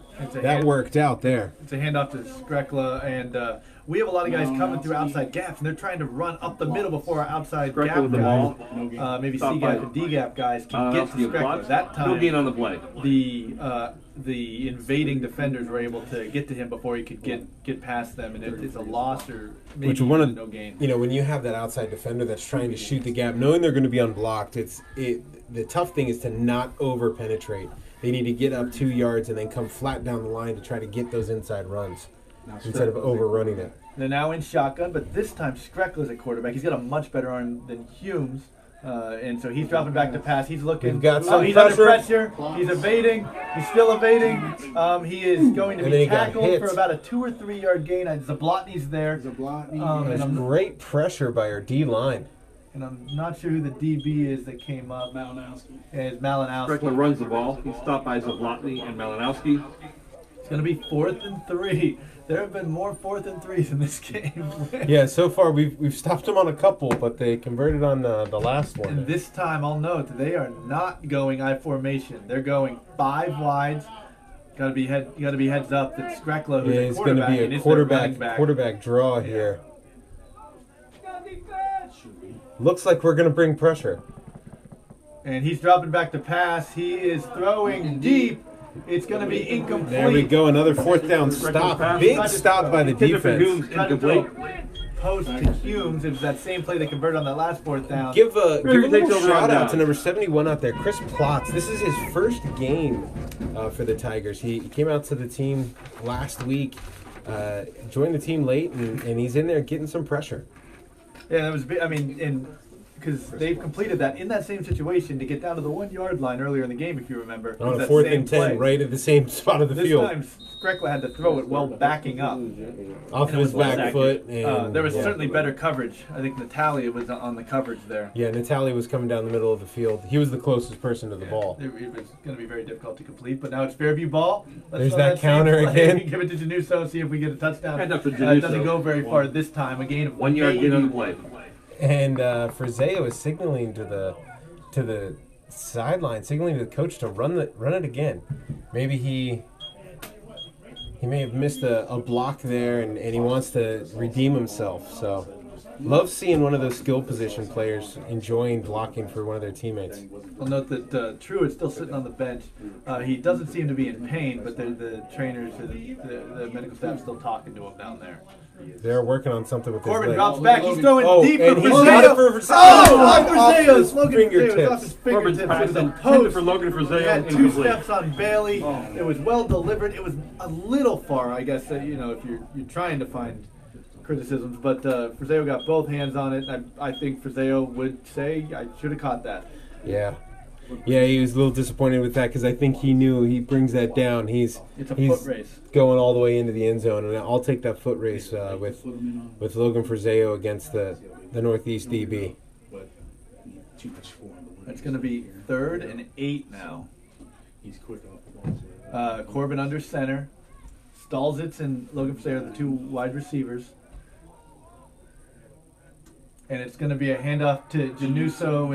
He slips off to out. He evades Januso. one tackler, but Doesn't quite get enough for the first tackled down. by the free safety, Skrekla. Be interested to see what 6 Coach yard gain on the Sobolewski play. does 4th here. and 3 Tigers. Looks like he might. Well, you know what? He can take the quarter to think about it because there's only 20 seconds left on the game clock, and I think that's what he's going to do. He is going to take the quarter. This is risky, risky spot in the field to go for it, but 4th and 3 from their own 33. The one thing that you can say about Northeast drives is they get a couple first downs every time, do. but then they kind They of do. peter out. At the Yeah. end I'm of the sure third coach quarter, is we are thinking about tied that. at The third 14. quarter's now ended. It's 14-14. We got a good game here. Fairview's got a certain power this year to say, hey, let's have a close game and have it go down to the wire and something exciting will happen. yeah, That's been a lot I of will their say games. that it has been a lot of close games, a lot of exciting games that are decided by that last possession, and it Fairview looks Tiger like cheerleaders. looks like the offense is still out there in the huddle. It's hard to tell because really our punt team is our offense just rearranged. You know, we just move things around and you know, put Logan Frazeo back at punter. I do think we take Corbin off the field when we punt, though. Trying to see where he is. He is in the middle of the huddle out there, you know, with Coach Sobolewski. So makes me think that we might go for it. It would be an aggressive, but not justified decision to go for. Yeah, you know, this is the type of thing, you know, as an offensive lineman, you know, and you're talking to your guys in the huddle. It's you know, this is what you do in training camp and all those summer practices. You just got to take your man and drive him 4 yards. You know, we don't need a home run ball here. We just need to drive that front 7 off the ball, get them downfield, give our back an opportunity to just have full steam ahead and get that first down. The teams are lining up, and most importantly and notably, to figure out what's going on. Logan Frazeo is at wide receiver. So we're at least in offensive formation. A jump off sides would give us a first down. That's in play as well. Corbin's under center, and it's going to be a false start on Fairview. One of the tackles jumped, which does mean Fairview was thinking of going for it. Sometimes you line up like that. And now we are going to send out the punt team. That's correct. Sometimes you'll line up and say, hey, we're not going to run a play. Let's see if we can get a jump. When guys false start, we were going to run a play. We were just going to see if we can get a jump beforehand. So it's now going to be 4th and 8, and both the punt team and the punt return formation are out there now. Fuller, remember how troublesome he's been so far, is deep to return if he deigns himself. If he decides he wants to return the ball. The punt return worthy of him. He has not shown a lot of effort to try to make a punt return happen. No rush. Nice kick. Good kick, and Fuller does not try to catch it. And it's down at the 43. It was a good kick, didn't get a lot of roll. It landed at the 43, and that's kind of where it ended up. And then just kind of rolled sideways. Whereas the last few kicks like that Frazeo's had, you know, it's had a nice roll down the field. 1st and 10 Northeast from their own 43-yard line. So our defense goes back out on the field, you know, trying to get a stop here to get the ball back, get another possession in the 4th quarter. Good, but not great field position. I'm not here to second guess. I'm kind of happy we punted because I was worried if we weren't going to get it. They would have good field position. Now they're they have good field position, but not great field position. And they are in shotgun this time with Humes at quarterback. He's dropping back to pass. He's looking over the middle to Skreckler against Malinowski, and it's thrown back shoulder. Malinowski's running with him. It's incomplete. Skreckler tried to turn. A lot of hands on people, but. You know, the officials have been consistent. There have been a lot of hands and hand fighting in the secondary on both sides, and so they're letting the guys play. For the most part, the Northeast receivers are bigger and stronger than the Fairview defenders. Both teams have their hands on, but the physical pushing matches are being won by the Northeast receivers, and they're not really penalizing Fairview for getting involved and trying to disrupt, which is probably the appropriate read of the situation by the referee who's got to call that. Here we go, 2nd and 10. They're in I formation though. Humes under center, Skreckler at tail. And it's a handoff. It's a counter to Skreckler. He gets back to the line of scrimmage, tackled by with the ball. Looks like Stolzitz was right on at there. Jacob Stolzitz, and he said, okay. Stopped by Jacob Stolzitz. It was No gain on the play. Wasn't a high degree of difficulty, but he made the play. He was in the right position and brought Skreckler, hard runner, down immediately. So it's going to be 3rd and 10, and they are taking out a lineman and bringing in a. Yeah, Northeast was switching out linemen there. We'll see. I imagine they're going to go shotgun here. It looks like they are, and it's going to be Skreckler who's got the better arm. He looks. They're both good scramblers. He looks for Fuller generally first, and then scrambles around. Fuller is the wide receiver on the Fairview sideline. That's where Skreckler's looking. Oh, and a sack! And they were trying to get one of those. Now it's Chris Plotz in there. Skreckler brought down by Christopher Plotz. Plotz was able to get to him. It's not like they had a 5-step drop. It was a 1-step throw to Fuller, the screen that Fuller dropped earlier. One of the problems was Plotz got in there quick. Another problem was Tyler Work was jamming Fuller, and Fuller's bigger and stronger than Work. But because Work's there, Fuller can't get an easy release to get into that play. So both Plotz and Work were able to disrupt and cause the punt. It's now 4th and 16. Remember, generally punt returns are the best plays we've had. Let's see what happens here. Come on, get there. They actually do block it up this time, and the punt lands at the Fairview 39, bounces to the Fairview 30. And it's Januso picks it up. Januso takes the punt at about the 25, stops the roll, just gets to the 30.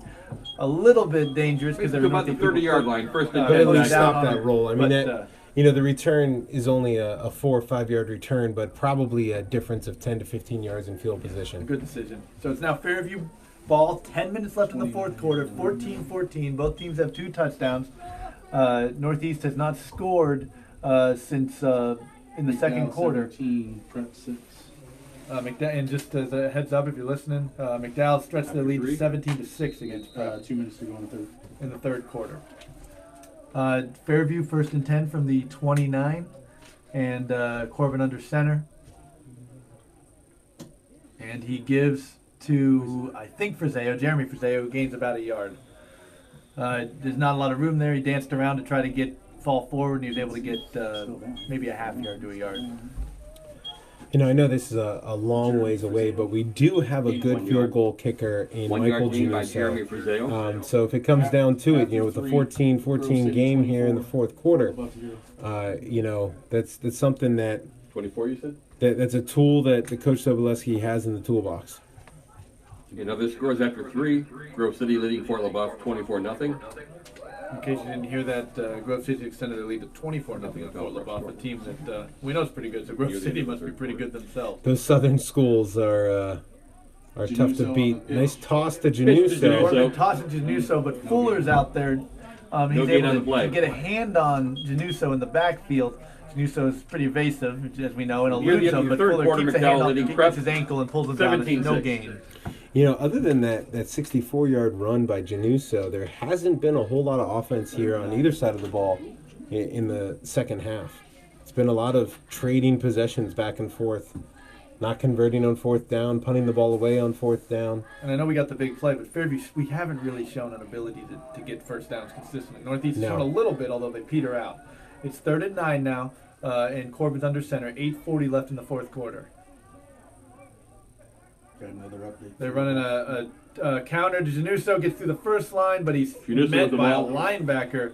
That's Skrekla, who the free safety's there. I'm not sure if he was the one with the hit, but it was a good hit. Gain of about 3 or 4. It's going to make it 4 4th yards and again on 5, play. which means Fairview's 4th going to down, punt, Fairview. and the punt team's jogging on. With 2 minutes and That was that 44 counter left we've in the run a game, couple times. Grove Once City we fumbled, 30, it was a turnover on it. 0. But How much time left? 2:44. it's going to be 4th down. It got us about 5 yards, but not Pretty enough. quick 3-and-out possession there. Here's the punt. It's a low punt. It's kicked away from Fuller. It's rolling Down not a by great roll. It goes to the 39. Northeast 39. Punt is Pretty down much we by just didn't want Fuller to return that. 39. At the 39-yard line. And bounces and rolls to the maybe a With 25, 2:44 left 30-yard of the punt. game, Grove City leads Fort LaBeouf 30-0. And so, if you didn't hear that, Grove City's up 30-0 now. So it looks like Fort LaBeouf's playoff. Obviously, this is the 1 year where just because you get eliminated from the playoffs doesn't mean you don't play any more games. But certainly, it looks like they're going to be eliminated tonight, which means all the teams from our little group will be eliminated. As Fort LaBeouf is the only one to qualify for the playoffs. But 7:55 left in Northeast. This time they're going shotgun with Skrekla at quarterback. And it's just going to be a run with Skrekla up the Skrekla middle. the keeper. And he gets about 6-7 yards out to the Fairview 40, the Northeast 46. And like we said to the before, I mean, 46-yard that's line, really no by different than Nesselhoff them running and out of the blocking. eye. The difference here is it's just a direct snap right to Skrekla. And, by putting Humes out at the slot receiver, it forces us to take a linebacker out of the box. But it also cleans up the reads for the defensive team. The defenders don't have to worry. What's happening here? Okay, the guy's running. It makes it pretty easy. But it's 2nd and 3, another gain of 7 but on that play. Skrekla in shotgun again, 4 wide receivers. And there's a false start by Fuller. I think that may have been a pass play to Fuller on that one. Fuller was very excited to get going, and he had Tyler Work trying to jam him. And he was excited to try to elude Work because Work's been kind of getting up in him every play, making sure he doesn't get an easy release. It's not like Work's expecting to win that battle. He's saying, But Fuller, Work is being relentless. He's being a little pest, and just not letting Fuller have any free release, and he knows he's given up a big size advantage. And he knows Fuller's going to get by him, but he knows he's not in man-to-man. He's just there to make sure Fuller doesn't get a good release. He's got right now they have Jeremy Friseo over top on the hash with an eye on that. It's going to be a run by Skrekla again, second and 8 the keeper. out of the shotgun. He gains about 3. It's going to make it 3rd and 5 from the Northeast 44. Nesselhoff on the tackle. Got to the 44, gain of 3. Looks like there's a little 3-yard drawing gain on the between play. Work and Fuller there on that play. Run play, receiver getting into the DB 3rd and 5. on a block. And that's he's not there to be mean to Fuller, but just the nature of his task, Work's task, is to make sure that Fuller can't run the play like he wants to, and that it's pretty aggravating to And that can be very frustrating to a receiver that's used to getting a free release and using his athletic ability and size advantage. Skrekla fumbles the shotgun snap. He picks it up. He's running around, but he's And getting he's tackled. sacked. A huge loss. Huge loss. Looks like Chevalier, I believe, with the sack. Brought down Yes, by that Charles is- Chevalier. Chevalier on the sack there. Tackles them down at the 29. They were at the 46, a loss of 17. So And- not only are they going to give up the ball, but they lose nearly 20 yards of field position on that play. And 14-yard I loss will on the play. say, Fuller got a clean release off of Work on that one. So all those great plays that Work had before, the one time that Fuller gets a good release, his teammates bail him out, and we get the Comes the sack. punt, and they get it off. It's caught it's dropped by Januso and recovered by Januso at the Januso. 39. Not a play you write home Januso about, but ball. nothing, no harm done. And part of being a good DB, Luke, is having the wherewithal to mess up on the correct plays. And There you Tyler go. got beat there. Tyler But, chose the right play. He chose the right play to do it. but don't forget, I mean, he got a quick release, the easy release, but we still had Friseo deep. It's not like he was going to slide exactly. over. And there were several other plays in that very series that Work prevented Fuller from getting a quick release. But it's going to be Fairview ball at our 39. A lot of drives. Nobody's really able to move the ball. Now we have The ball's Corbin kind of under staying center, between the 30s. and it's going to be a give to Zablotny, who gets Hand up to maybe Sam ends Zablotny. up falling forward for 2 yards. A dive. I don't know if that was a version of the triple option, because we had Januso there waiting for the pitch. Yeah, Corbin didn't. I think it was the option of he was either going to give or have that quick pitch, coming the other way. Second down. Corbin didn't really seem to look like he was carrying out any type of keeper fake. Maybe one time when that you're a done? quarterback, you give it, you're like, I shouldn't have given it, and then you're watching what happens with the fullback. I have done that before. Screw it. So we're in unbalanced here again, with multiple receivers to the field to the right side when you're close to the left hash. 2nd and 8, and it's just a give to Januso, who wants to bounce it outside, but Fuller grabs him. It's going to be a loss of about 3 or Brought 4. down by Fuller. Januso's instincts are to use his quickness and get in space, but I think that's one situation where the coaching staff believes he would have been 2 better yards loss on the served. play. 3rd and 10. Just getting uphill, north-south, as Luke calls it, and just Yeah. getting 2-3 yards and making it so that we have a 3rd and 5. And now we're looking at a 3rd and 10 from our own 39. I believe after that play, the coaches on the sideline were reminding him of that very fact And not the tone that we're that we're using right now. we're now under 5 minutes. There's 4.5 minutes left in the fourth quarter. It's still tied at 14. Neither team has really shown in the fumble snap. It is recovered. It's a shotgun snap. That Corbin was dropped almost it, identical to what happened 3rd down to Northeast. but Corbin's able to jump on the ball after bobbling it. Corbin recovers Rogan the fumble. hit. He goes down at the 30, so it's going to be 4th and 19. Fairview's going to have to punt the ball. The clock's running with 4:10 left. So we're going to see another Logan Friseo punt with Fuller deep. Well, this ball did get outside of the 30s here. It's on the 29 right now. So, I would say it's still in the 30. Don't. you oh could hurt yeah, yourself. yeah, it is. It is on the 30.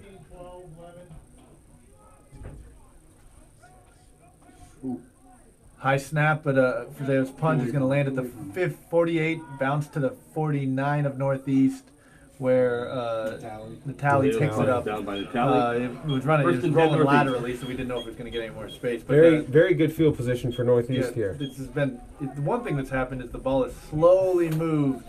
Northeast keeps starting their drives further forward. Nothing crazy. This time they're at their own 49. They still got to drive 51 yards, and I don't believe I obviously haven't watched all the Northeast games. We have seen zero inkling of the concept of a kicker. I would agree with that, considering Fuller kicks the ball off by putting the ball horizontally on the tee, and it doesn't get above knee height, and they've only gone for 2. I'm confident in saying they do not have a field goal kicker in their offense. They are going shotgun with Humes at quarterback. Tight trips into the boundary here. And they're running a reverse to Fuller. It looks like Fairview's on it, but he does holding. Oh, they called it. Fuller is downfield, but they did call a hold. Fuller gets a first down. Fuller gets the first down, but there is a flag on the play. Fairview was actually on that play. We had a defender there, in order to make the play, but the defender was held, and the official called it. So that's going to back up the Pickers here and make it a first and long. That hold was 3 yards downfield. It's one of those situations where I think Fuller might have been able to use his speed and just outrun him without the hold. I agree. I mean, it's hard to say. Our defender was playing it well, but I think you could take the chance, and Fuller could have beat him with his athleticism around the edge. So the blocker didn't necessarily need to hold, but nonetheless, it was called, and it backs up the Pickers. Blockers just have it in their blood. They love it. They love holding. So it's going to be... They hit a crime if you don't get caught. 3 yards deep. It's going to be 1st and 20, or 4 yards deep. 1st and 24. So imagine we're going to see a bunch of passes here. Humes drops back. We are quadruple teaming Fuller, but there's a pass to Skrekla, who catches it. He's tackled by Malinowski. That was 26-yard gain. It's a very well thrown ball, right in stride. We had Malinowski. coverage there, and you First and 10 Northeast. You got to give kudos to Northeast. That was a good play. Skrekla was able to get maybe 2 steps on Malinowski and make the catch, and they now have first down. It's a huge play. There's 3:15 left, so the clock is not really their friend, but they're on our 40-yard line. But notice tie game. we did drop a lot in the coverage and didn't get pressure, and Humes had time to set back and throw a nice ball. Previously, when we've gotten pressure, it's forced bad throws. Humes drops back again. They're running the same play from the other some side. This pressure time they're there. throwing it deep. It is caught by Fuller, and he is going to get to the 1-yard line. It was one of those deep He makes balls it to the 1-yard line. Frizeo, or to Fuller with Frizeo there. And Malinowski with the tackle. Fuller was able to get to it. The defender, I think it was Work, as we've been talking about, who was with Fuller. He's not going to be able to jump with Fuller, 6'3" and a leaper. But Fuller was able to get the ball, and I think Work was the one who brought him down at the 1-yard line. It's going to be Northeast ball, 2:40 left now, clock running. They're at our 1-yard line. They have 4 plays to get into the end zone. And here they come with the I formation, and we're going to see likely a handoff to Skrekla right up the middle. See if we can get a stop and at least push them back a little bit. And it's a handoff to Skrekla, who is into the end zone for the touchdown. Touchdown Northeast. 2:20 left, and that's Northeast getting ahead 20-14. They're going to go for 2 here. 2:20 left, though. So there is time. Fairview. And we do have all 3 timeouts. All 3 timeouts. But we just have not been able to move the ball well this half, or really this game. I believe we are kicking an extra point here. And they have number 55 kicking it. So 56. I stand corrected. Ian Seymour. They do have a kicker. 5'9", 235, and he missed. He got the ball up there. It was just a little left. I'm impressed. It's 20-14 with 2:20 left in the game.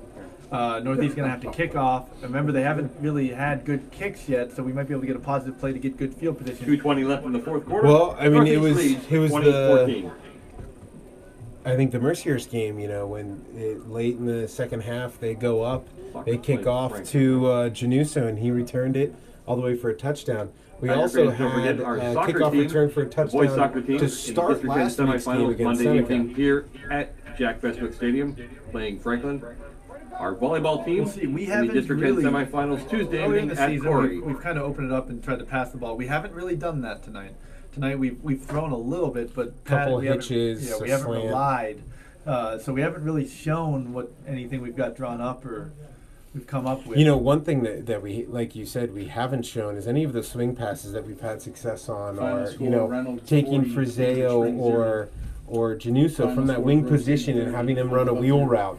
We converted Two final a scores. really Reynolds important fourth defeats Cambridge down Springs 40-0 against Mercyhurst, in our win Grove City at defeats Fort Mercyhurst, LaBeouf 30-0. on one of those. And so, those are some plays that we haven't seen yet tonight, and maybe we will on this series. Looks like we're going to have 56 kicking the ball off here, too. Maybe he just didn't get to the game on time. And so That's- they're like, oh, he's here now. We can use him. But I guess so that's possible. I don't think that's likely. But for whatever reason, they now have 56. His name is Ian Seymour. He's a 5'9", 235-pound freshman. They have him kicking. He missed the extra point. Now he's kicking here. And he's putting the ball in a more normal position. But he kicks it. It looks like it goes out of bounds. It was like a chip. Seymour's Kick kick goes kind out of. of bounds. It's got maybe 6 We're on yards. the It was 25-yard angled. line. 6 yards off the ground. It was angled. First and 10 Tigers. It went out about the 35. I believe we are going to get. Or I'm sorry, the 25. We're going to get We the should ball. get it at the 35. 35. No time ran off the clock in decent but not great field position. And obviously the one thing when you kick the ball out of bounds, they can't. We are going to looks make like them. Yeah. We're going to make them kick again, which, one of the benefits on this, you just had your coverage team already run down, so they might be a little winded. We do have some dangerous returners, some returners that really any of them that get the ball, could potentially bust one. They have subbed out.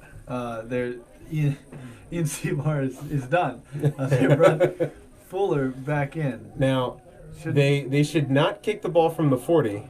What are they doing here? Yeah. Okay. The ref is the refs have been pretty good tonight. He just made a mistake. He put at the 40. Fairview started getting rowdy about it, and then he turned around and picked the ball up and has now moved it back to 35. So they'll kick off in 35, which means we are just given 5 yards, no time off the clock. We'll see as Fuller lays the ball down, pointed directly at him, flat. And we'll see how the heck he kicks it. He toe pokes it, and it's caught. I'm not sure who had it. Frazeo looks like. Frazeo. Oh, he had a gets whole tripped tripped up. up. 40 Well, you know what? That was a good call on the re-kick because the difference of 10 yards field position. Instead of getting on the 35, we get on the 45. Only 6 seconds taken off the clock. So good call by Tigers from the Silverwest. 46-yard line. 46. So we got to go 54 yards. We have 2 minutes and 14 seconds. We're only down 6, so a touchdown could likely bring victory. But we got to get to the end zone first. We haven't shown a lot of success today. One big play and one short drive after a turnover. 10-yard drive and a big play. But Corbin's under center, and we're running the swing pass to Frazeo. He catches it, but there's good pursuit, and he gets back to the line of scrimmage. Maybe they got it. They're marking him at a yard loss. It was that swing pass Luke just talked about, but it was good pursuit. 1 yard loss. We ran on it the at play. Fuller's side. He has the speed and athleticism as we've seen to get to. Oh, they're making it a Check that 2-yard loss on the play. Yeah, so he did get out of bounds though, so the clock is stopped. It's 2nd and 12. The one, I guess if you want to call it advantage that we have here is we know that every possession it's 4 downs. We know that this is going to be our last possession, so we have 4 downs in each of these to get 10 yards. Corbin under center, but somebody calls from the sideline, and I think there's a play adjustment. The play clock's at 6, so we should be good. Corbin back under center, drops back, throws a little hitch. Frazeo could have run out of bounds. Logan Frazeo. Logan catches it, turns inside. He gets tackled at 50, 49 of Northeast. I'll give him. It's going to be 3rd and 5. 7-yard gain on the Clock's play. running now. 1:55 left. Coaches are yelling to him to get up to the ball. I think in the future they would have preferred Frazeo would have just stepped out of bounds. I understand why he's doing it because that's how you get the big play. But now we're at 1:44. We're still not fully lined up. The play is still being called. Corbin's under center now. And he drops back, throws the swing pass to Jeremy Frazeo, who Pass loses one completed, tackle, Jeremy gets really Frazeo. close to the first down. It's They're going to be gonna mark 4th him and out. short, but he at least stopped the clock here. He was able 4th and 1. to get, so we're at the Northeast 45, 1:30. Well, it looks like Out of he's the hurt on the 45-yard line. sideline. Nope, got a player down. Oh, and he popped up. He was down. It's surrounded by Northeast players. They gave him space. They were completely respectful about it. They all backed away, and he was down. Nicole went running out, and he got up and ran away from Nicole, looped around the huddle so she couldn't talk to him. Yeah. Sometimes I've seen a player do that when they're injured, when they're wanted for 10 that they weren't down. But he does look. I mean, he's limping a little bit, but he does look to be moving okay. But it's now 4th and 1 with 1:31 left. It's a big play, and there's a whistle before the play. I think Looks they like might the have. Northeast called the timeout. Now, why was the clock running? I think they just ran it for the snap. It's Oh, 2 okay. seconds. That could have been it. Yeah. We'll have to give mean eyes to the scoreboard operator. Oh, and they're there's going to illegal call a procedure. false start or some formation error. Come on, that's terrible! I'm actually not sure. I'm not sure exactly. The call was made by the referee, who stands about 20 yards back, and Coach Soboleski is demanding an explanation. The referee's jogging over to speak with them as we speak. Right now, it looks like it's going to be 4th and 6. Obviously, that's a huge difference for Fairview.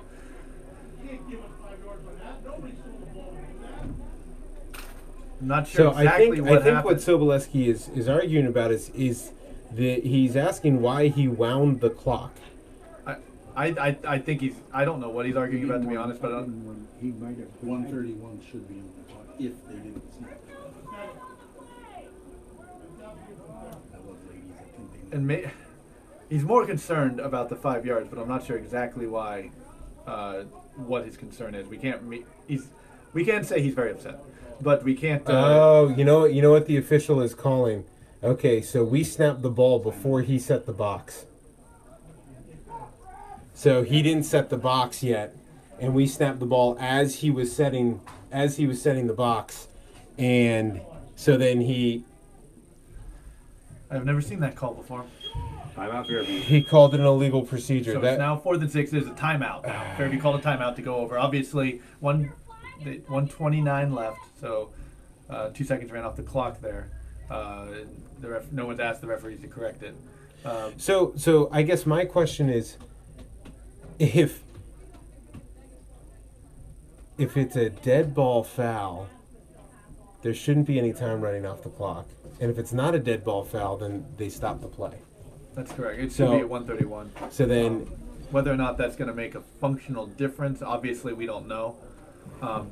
There is a discussion happening between the referees, but I don't think they're going to change their call in any way. Hey, if it was a dead ball foul, there should still be 131 left on the clock. See if Stokes can get that put on. Hey, the time should not run off the clock then, so, let's go, Red! Come on, Red! Go on, Red! Now here we go. It's 4th and 6. We got Corbin under center, and he drops back, throws the slant. It's caught by Logan Brazil. He's got the first got down. the first down. There's a whole wrestling match, but he's got the first down. He he barely got the gets first. They're stopping the clock. it. 42 seconds left. We have 2 timeouts. Picks up And there's a the flag. flag. It looks like it's going to be Flag against on the play. Fairview. The Northeast is certainly clapping. We're not sure what it was about. Either way, it's a first down, dead ball foul. We'll lose field position, but it'll be 1st and 10. So we'll see what was called. I guess they technically could call it during the play, but that would be an aggressive call. Dead ball, personal foul, red. After the first down, it will be back 15 and be first down.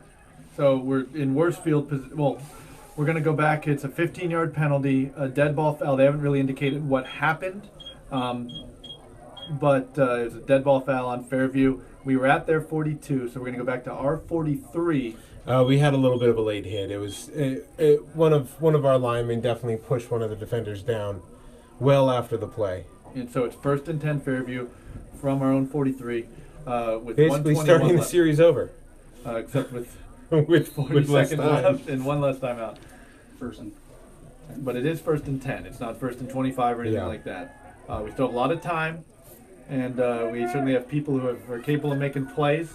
There's 12 on the play clock as Logan Frazeo gets lined up at wide receiver. We have we're throwing a fade route. It's caught by Jeremy Frazeo. He's at the 30. He's out of bounds.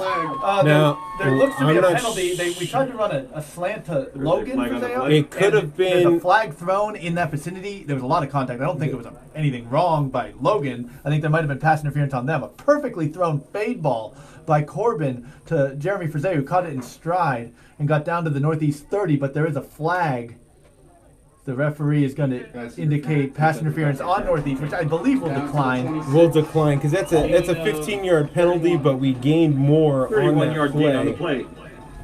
I mean, Corbin could not have thrown that, and that is incredibly difficult. That was a wheel route that he threw with air. Oh, beautiful pass. Actually, the interference, there was contact, which was totally fine, but the Northeast guy fell and then tripped Logan Frizeo, which, brought on the I'm flag. glad it didn't do any harm in the game.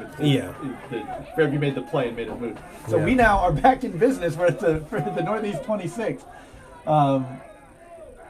And Corbin drops back. It looks like we're throwing the fade. We're going deep to Logan Frizeo. It's incomplete. I don't know who it's going to be on. There was contact. There was I'm contact down there. not sure whether they're going to say Oh, this. actually, that's another flag because remember, he's not allowed to touch the flag physically. They could throw a flag on him for that. Hopefully they shouldn't. But Northeast Skrekla picked up the flag and said, I don't know what he said, but he picked it up. He then put it down if they told him to. There was contact, a lot of contact between Bailey from Northeast and Logan Frizeo. We're not sure who the flag is on. It's on Bailey. As a DB, that's a tough call. that's tough. I agree. I'll even We give you will that. take it, but it'll be now first down. I think it'll be from the 26, so that should bump it down to the 13. That's one of those. That's one of those plays. Or maybe the 11, not sure. It's one of those plays that it's going to go to the offense. Looking at the replay, I think Frizeo had more hands on him. I could have The ball, gone with a Frizeo no was call, behind but I'll Bailey. take it. Was behind Bailey, but the ball was underthrown. It was very high. It was a jump ball that was underthrown, so they were both trying to slow down and get better position to jump for it. With 2 timeouts on the 13, and Northeast is taking a timeout here. With 2 timeouts left, we don't have to just pass the ball. However, we have had some success here throwing the ball, so we at least have we have some options with our offense. We could run. I'd expect to see at least in these next few plays one counter called. Because we've had some success with that, or like a jet sweep, something like that. I'd like to maybe see us run a jet sweep away from Fuller, but just a suggestion. The feel of this is like that. The first game we called this year was that Mercier's prep game at home that we lost on a Jeremy. I can't remember which Frizeo brother caught it at the 5-yard line of the clock. I think it was Logan possibly, It was Logan. and it was right at this end of the field. And yes, I have been reminded of that. Final McDowell 24, prep 6. It feels like we've never really gotten rolling Final on score, offense. McDowell We keep 24, just prep making 6. plays and letting things happen. We're not where we want to be. We're down 6 with the minute left. We'd Yeah. much rather be winning. But now we're in position to make a play. And we've, as you guys know, if you've been following Fairview football, a lot of times these kids have been called on to make a play, and they've made it to win the They game. come up with one. So now here we go after the Northeast timeout. First and goal, or first and 10 for Fairview from the 13-yard line. Yeah, not 26, Bob. And it's going to be countered to Jared, you do so with the ball. gains about 2, gets down to the 11. Clock's at 1 minute running. We have 2 timeouts left, but Looks like coach is not going to use one here. they're going to get on the ball. Most Second likely and he called 2 plays in the huddle there on that timeout, so they already know what play they're running. And here comes, they're going to throw the fade to Frizeo, and it's incomplete. Pass intended for Logan Frizeo, incomplete. It's going to be 3rd and 8 from the 11. So what they did is they just ran a fade. They called the counter to Januso, and then the fade to Frizeo. Good coverage again on Frizeo there. The ball could have maybe gotten a little more air under it to give Frizeo a chance to get that jump ball, but there was tight coverage. And then Bailey is following Frizeo all over the field. So Frizeo is now split on the other side, the right side, or the east side. Corbin under center. Oh, we've got the throws- wheel route. Throws the slant, and it's incomplete That's to incomplete. Logan Frizeo. That was that same play that we threw the deep ball, or the wheel route to Jeremy Frizeo. It was there, but I think it was going to be covered. The correct decision was made. Yeah, I agree. He could have hit the wheel route very, very early in the route, but by the time he got up to the 5 or 6 yard line, there was coverage coming over the top. So it comes down to this. This is 4th down, 4th and 8. 4th and 8, 41 seconds left. We We're at can their get 11. a first down. Yeah, and there's going to be a timeout. Coach Sobolewski's calling it. Which at this point, Timeout, time is Fairview. really not an issue.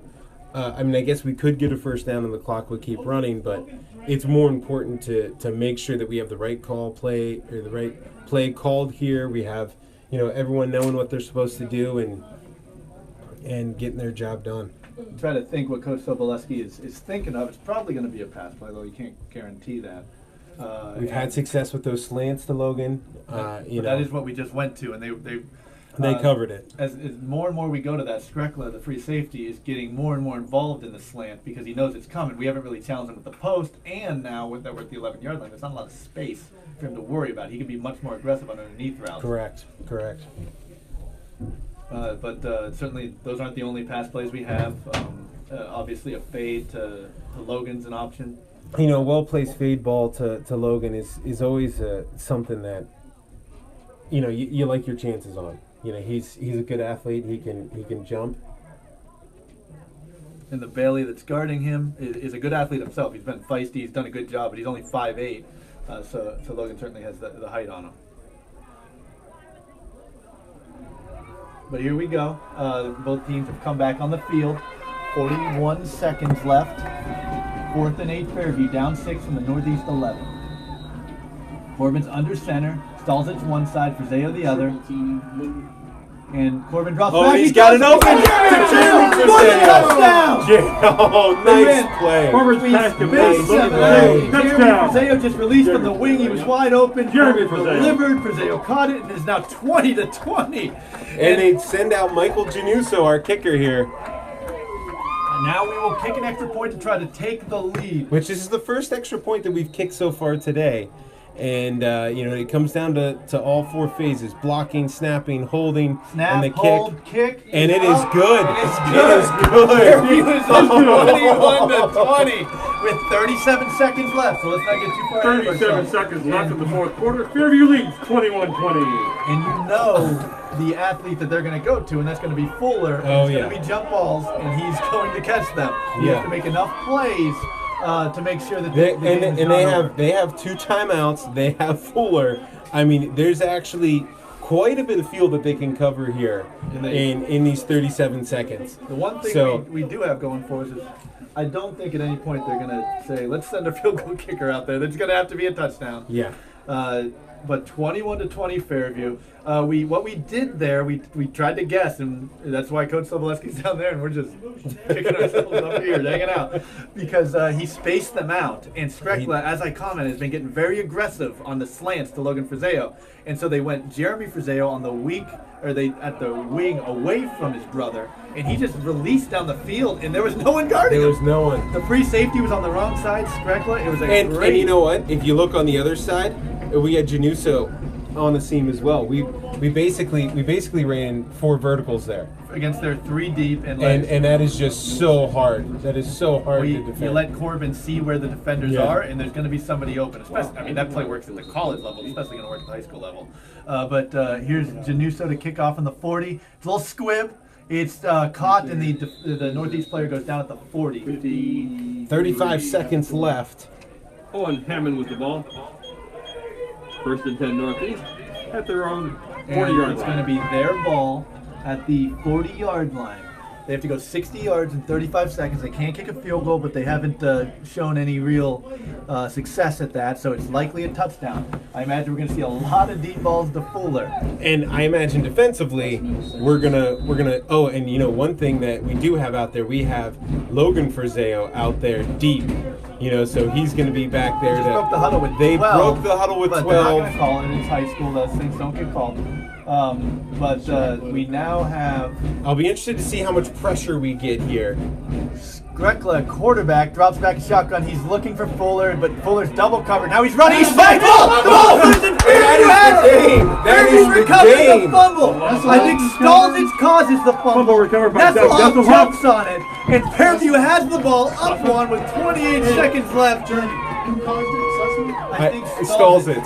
I think. I'm not sure. He was the one in the vicinity. There were a number of Fairview tacklers, whereas we tried to figure out who exactly caused it. There were a number of Fairview tacklers that converged on him. That was a complete team play as Skrekla, a good player, looks to his buddy Fuller, who's double covered by Work and Frazeo, and so he tries to run, and the defensive line converges, causes the fumble, and another defensive lineman hops on it.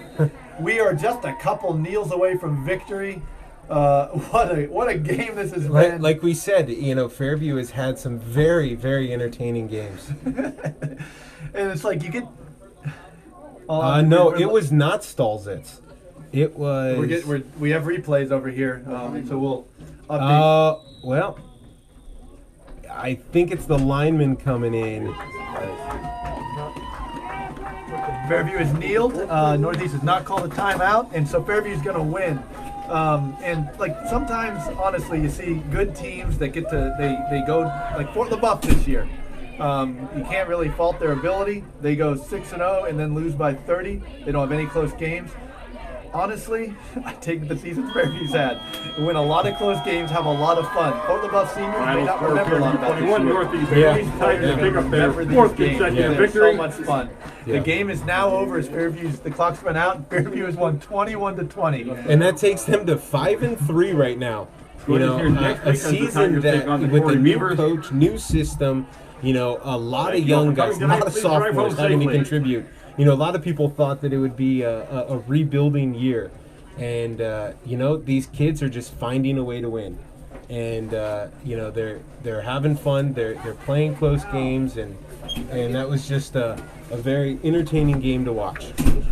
As both teams are moderately shaking hands, kind of the way that we're trying to limit it. Tough loss for Northeast. They made a lot of plays. I can't say that Fairview ever felt that Fairview was really in the groove, but just kids making enough plays to win, and it came down to skill position players making plays, linemen making plays. It's a great team win for a lot of kids who have battled through a lot of weirdness this year to get their 5th victory. So that I'm going to sign off now for us. It's the final score: Fairview 21 and Northeast 20. Before we do, what's the upcoming schedule, Luke? You know about it. So we have next week. We have Corey coming to us here once again at Jack Beckswick Stadium, and then tentatively we have Franklin coming here the following week for our 10th game. So we're as of right now getting a full schedule, finishing the season off with 3 home games right in a row, and Fairview's got to be feeling good right now, going into those last 2 games at 5-3. All right, so that'll be it. I don't know if we'll be here next week. If there's no other broadcast, we certainly will, to make sure that you guys can hear it. Otherwise, we'll see you later. Fairview 21, Northeast 20.